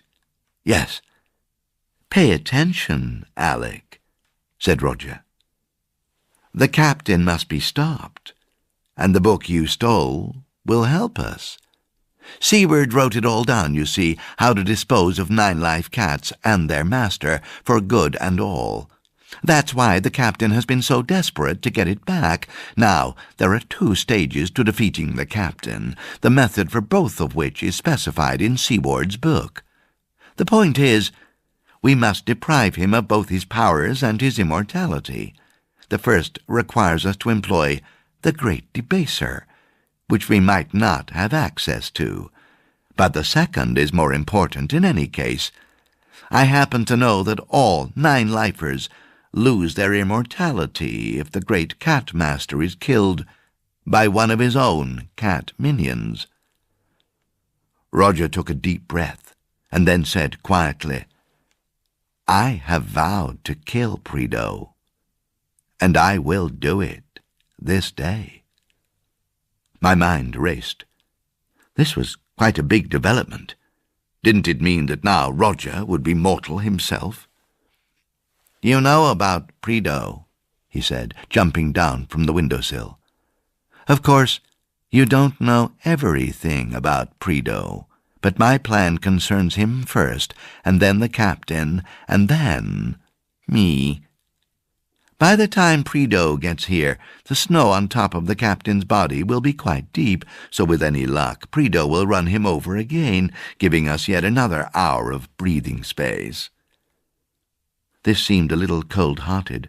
However, I was hardly in a position to judge. "So first I need to see the pamphlet for myself," said Roger. "You did bring it." I went to the car and retrieved Seward's pamphlet from the back seat. "I'll gladly give you this," I said, when I returned indoors. "If you'll fill in the gaps for me, Roger. You do know everything, don't you?" "Yes," said Roger. "Yes, I do." I handed over the pamphlet. Expertly, he turned the pages with his claws and found what he was looking for. "Ah," he said at last, "it really is as simple as that." "What does it say?" "I'd like to tell you, but it would take 3 days. I wish you'd stop saying that there isn't time to tell me things. I have to know more. That's why I stole the thing and drove down here." I sounded peevish, but I was too exhausted to correct my tone. "Why did Joe have to die in that cellar?" I demanded, and started using my fingers to indicate where I was on a long list of points. "Why didn't you tell Wiggy where she was? What did the captain do to Mary? Why did you fall out with the captain when you'd been such very close friends? Why has the captain turned out this way?"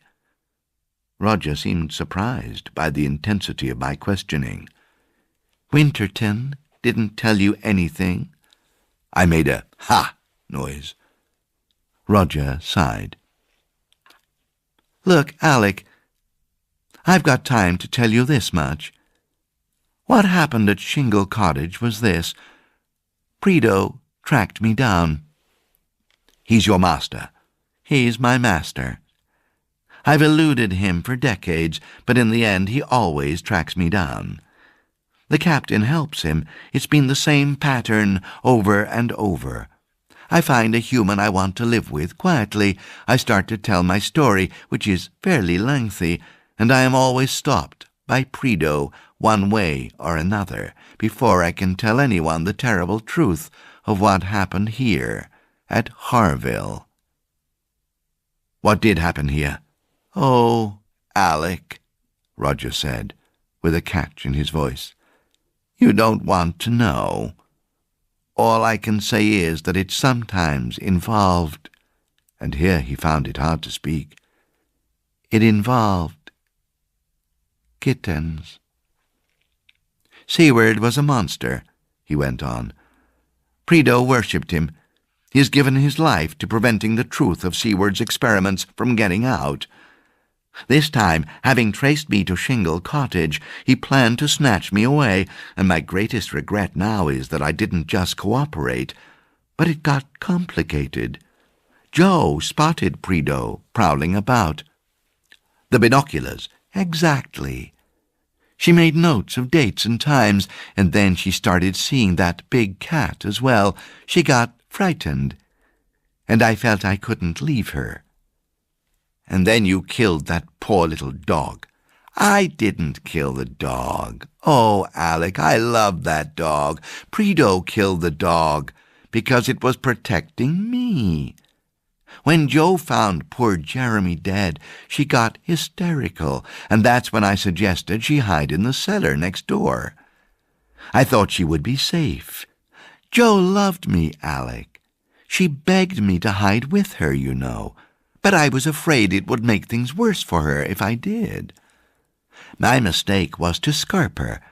It was only after I was sure Prideaux had gone that I came back to the cottage and realized Joe was missing. I tried to get into the house next door, but it had been locked up. From the windowsill I could see into the kitchen, and I could see that a heavy trunk had been placed over the cellar trapdoor, making it impossible for Joe to get out. This was typical of Prideaux's sadism. He knew what it would be like for me, enduring Joe's slow death, knowing it was all my fault and powerless to help. It was 3 days before Wiggy arrived, and I know what you're going to ask. Why didn't Roger tell Wiggy where Joe was? Well, you're forgetting something, Alec. How long do you think it takes for me to break the news to each new person that I am a talking cat? By the time I could talk to Wiggy properly, the scratching noises had long since ceased. My lovely, brave Joe was most definitely dead. It would take a while for me to process all this. In the meantime, I had just one question. So why did you pee on the phone when it was charging? To destroy that terrible picture of the dog.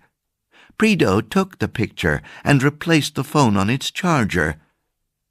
If any more proof were needed that I cared about Joe and couldn't bear what had happened to her, it's that I risked electrocution of the penis to destroy that terrible thing. Half an hour later, as darkness finally engulfed the house, we heard a car on the drive. We were relieved to hear the unmistakable kabump that meant we'd been let off getting swiped at by gigantic beastly claws for at least another 60 minutes or so. And in due course, Prideaux arrived at the house.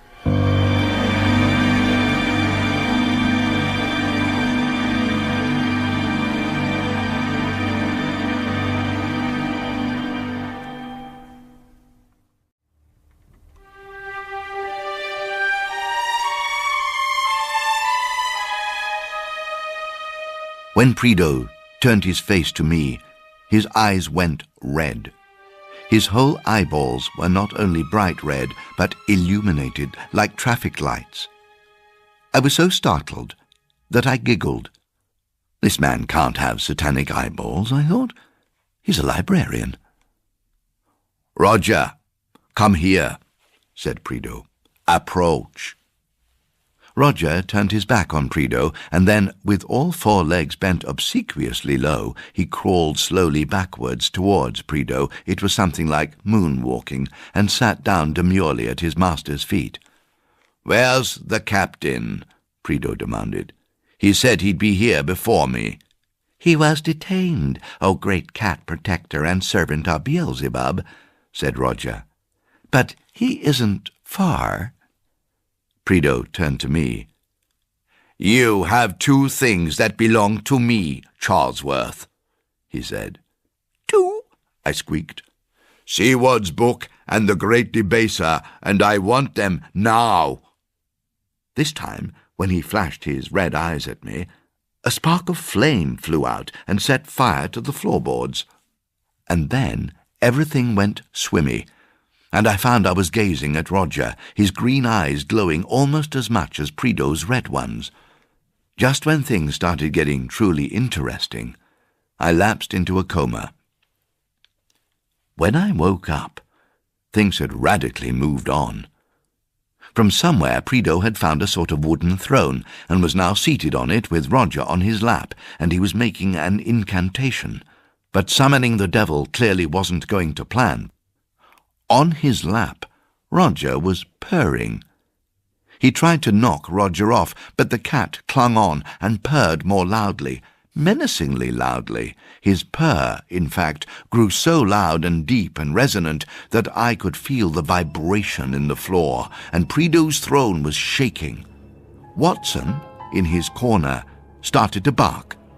Meanwhile, the smoke was still rising and the wind still howling round the house, but Prideaux was no longer chanting. He had stopped abruptly, as if silenced by a greater power. The purr grew louder still, and louder, and then Prideaux screamed. As I watched him, Roger started to make an exaggerated puddling motion in his master's lap, and suddenly a geyser of scarlet blood shot high into the air. Prideaux screamed, as Roger's claws dug deep into his groin. Roger kept purring and paddling as his claws pierced and ripped Prideaux's flesh, tearing his life away. At this point, a large, dark figure began to materialize in the middle of the candle flames, a figure with unmistakable, goatish overtones. "Master!" screamed Prideaux. "Master, stop him!" But Roger wasn't to be swayed from his grisly task. His claws dug deeper and deeper, and the almighty purr was deafening. Meanwhile, the huge figure continued to materialize within the circle. It began to look about it. It began to emit a smoky glow, and then, bang! A great knock at the door echoed through the room, and the figure looked round in confusion. Watson broke free and hurled himself towards the door. Bang! Bang! The figure noticed me, lying on the floor, just as Watson turned round and noticed him. It was the worst moment of all. To see my brave little dog charging at the satanic figure, barking and growling, skidding and sliding on Prideaux's blood. "No, Watson! No!" I shouted. Bang! Bang! Bang! And then it all happened very quickly. Just as the figure turned to deal with Watson, Roger leapt from Prideaux's lap onto the floor, smothered in blood, and confronted the apparition. "Beelzebub," he said in a commanding voice. Their eyes met. "Your servant is dying. Look." It was true. Prideaux's life was seeping from him on his throne. The apparition became instantly unsteady. It began to fade, dip, swirl, and hum. The force was like a helicopter out of control, spinning to its destruction. Bang! Bang! As we all turned to see who it was, the huge figure vanished, turning inside out, and thus Wiggy entered with perfect dramatic timing. But he had not come alone. "Is this the captain?" he said, indicating a large black bundle in his arms. "Can you believe it? I found him in the road. I nearly ran him over." I got up off the floor, just as the captain leapt from Wiggy's arms and approached Roger on menacing tiptoe. His back hunched high, his tail swishing. Roger stood his ground, but it would have been clear to anyone he was no match for the captain in any conventional catfight. "What have you done here, Roger?" "I've set us free." "Who are these humans?" Roger didn't answer. They circled round, tails thrashing. Occasionally, one of them would hiss or snatch at the air with their claws.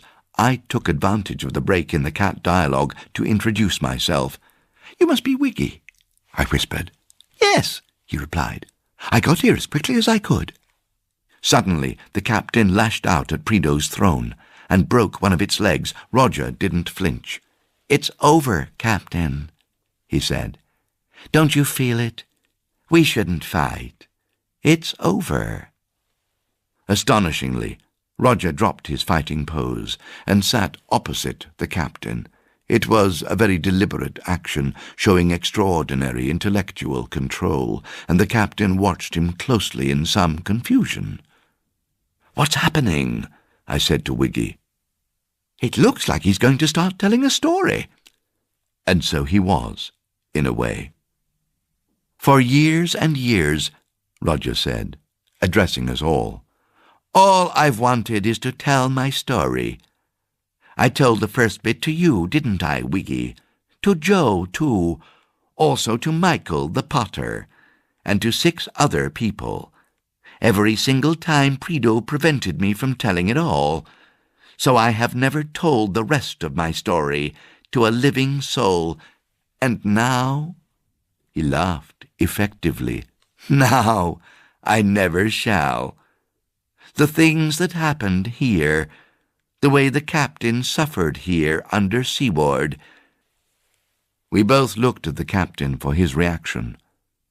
He relaxed his fighting position. He was listening.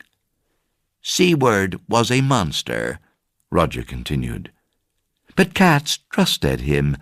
The captain trusted him, didn't you, dear captain, with your simple nature?" The black cat closed his eyes and hung his head. "He used you," Roger added. A tear trickled down the captain's face. and he made you commit the ultimate betrayal. I know you resisted him. I know you tried. But in the end you let him try to ruin me, your own dear Roger, a cat you had created, a cat you had wept for. How long did you look for me abroad?" "6 years," said the captain, who appeared lost in sadness and remorse. "Wiggy, did you happen to bring that little thing you found at the library?" Roger said lightly. "Oh, yes. Do you remember, Wiggy, that I talked about the captain's last words to me when he left me that morning?" The captain broke in. "I said, Roger, I'll always look after you." Roger approached the captain and put his paws on the big cat's shoulders. "You gave me everything, Captain," he said steadily. "You showed me what a cat could be. But the price we paid for our immortality was subjection to the Catmaster, and now he's gone." "Isn't there another Catmaster to take over?" I asked. "No. Prideaux was too arrogant to name one." The captain sighed. "Do you remember when we were on a boat once, at night, in the Aegean?" Roger nodded. "It was the happiest moment of my life," the captain said. Over the captain's shoulder, Roger made a signal with his head to Wiggy, and Wiggy withdrew something from his pocket. It looked like a cat collar. Roger nodded. Wiggy reached down and stealthily put it round the captain's neck. Lost in emotion, the captain hardly noticed what was happening. Roger withdrew his paws from the captain's shoulders. "Shall we all go outside?" We reached the famous well. Roger jumped up on the stone wall. The captain jumped up beside him. "I'm so sorry about everything, Roger," said the captain. He then looked at me and Wiggy. "Was it your wife I met in that garden in Cambridge?" he asked me. I was seriously taken aback. "I was only looking for Winterton. I just gave her a shock, I think. She fell down, and then she didn't move." "What do you mean?" I snapped. "How did you give her a shock?" "Probably by saying, 'Hello, I'm looking for Winterton.'" Roger decided to retake control of proceedings. "I have a few last words to say to you all," he said. He looked so beautiful in the moonlight. In a magnificent manner, he addressed us each in turn. "Alec, Hamlet is right. A man's life really is no more than to say one. Wiggy, give up on the screenplays." Then he turned to Watson. "Education never ends, Watson. It is a series of lessons, with the greatest for the last." And with that, he placed his paws either side of the captain's neck once more. Then, with the barest effort, he bent them both sideways over the well, and they both fell in. "Roger, no!" I cried. "Roger, no!" yelled the captain as well, arguably with even more reason. But Roger had gone. With a magnificent final Watson address from Sherlock Holmes, he had taken the Reichenbach Falls way out. So that's nearly the end. I am back home in Cambridge now, and the adorable Watson is safely at my feet. It has become clear to me that until he killed Prideaux on that night in Dorset, Roger had never killed anybody.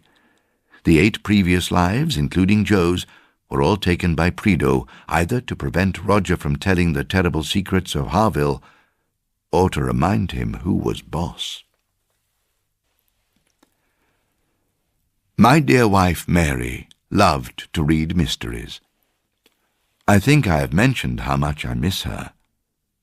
This has been written for Mary, with all my love.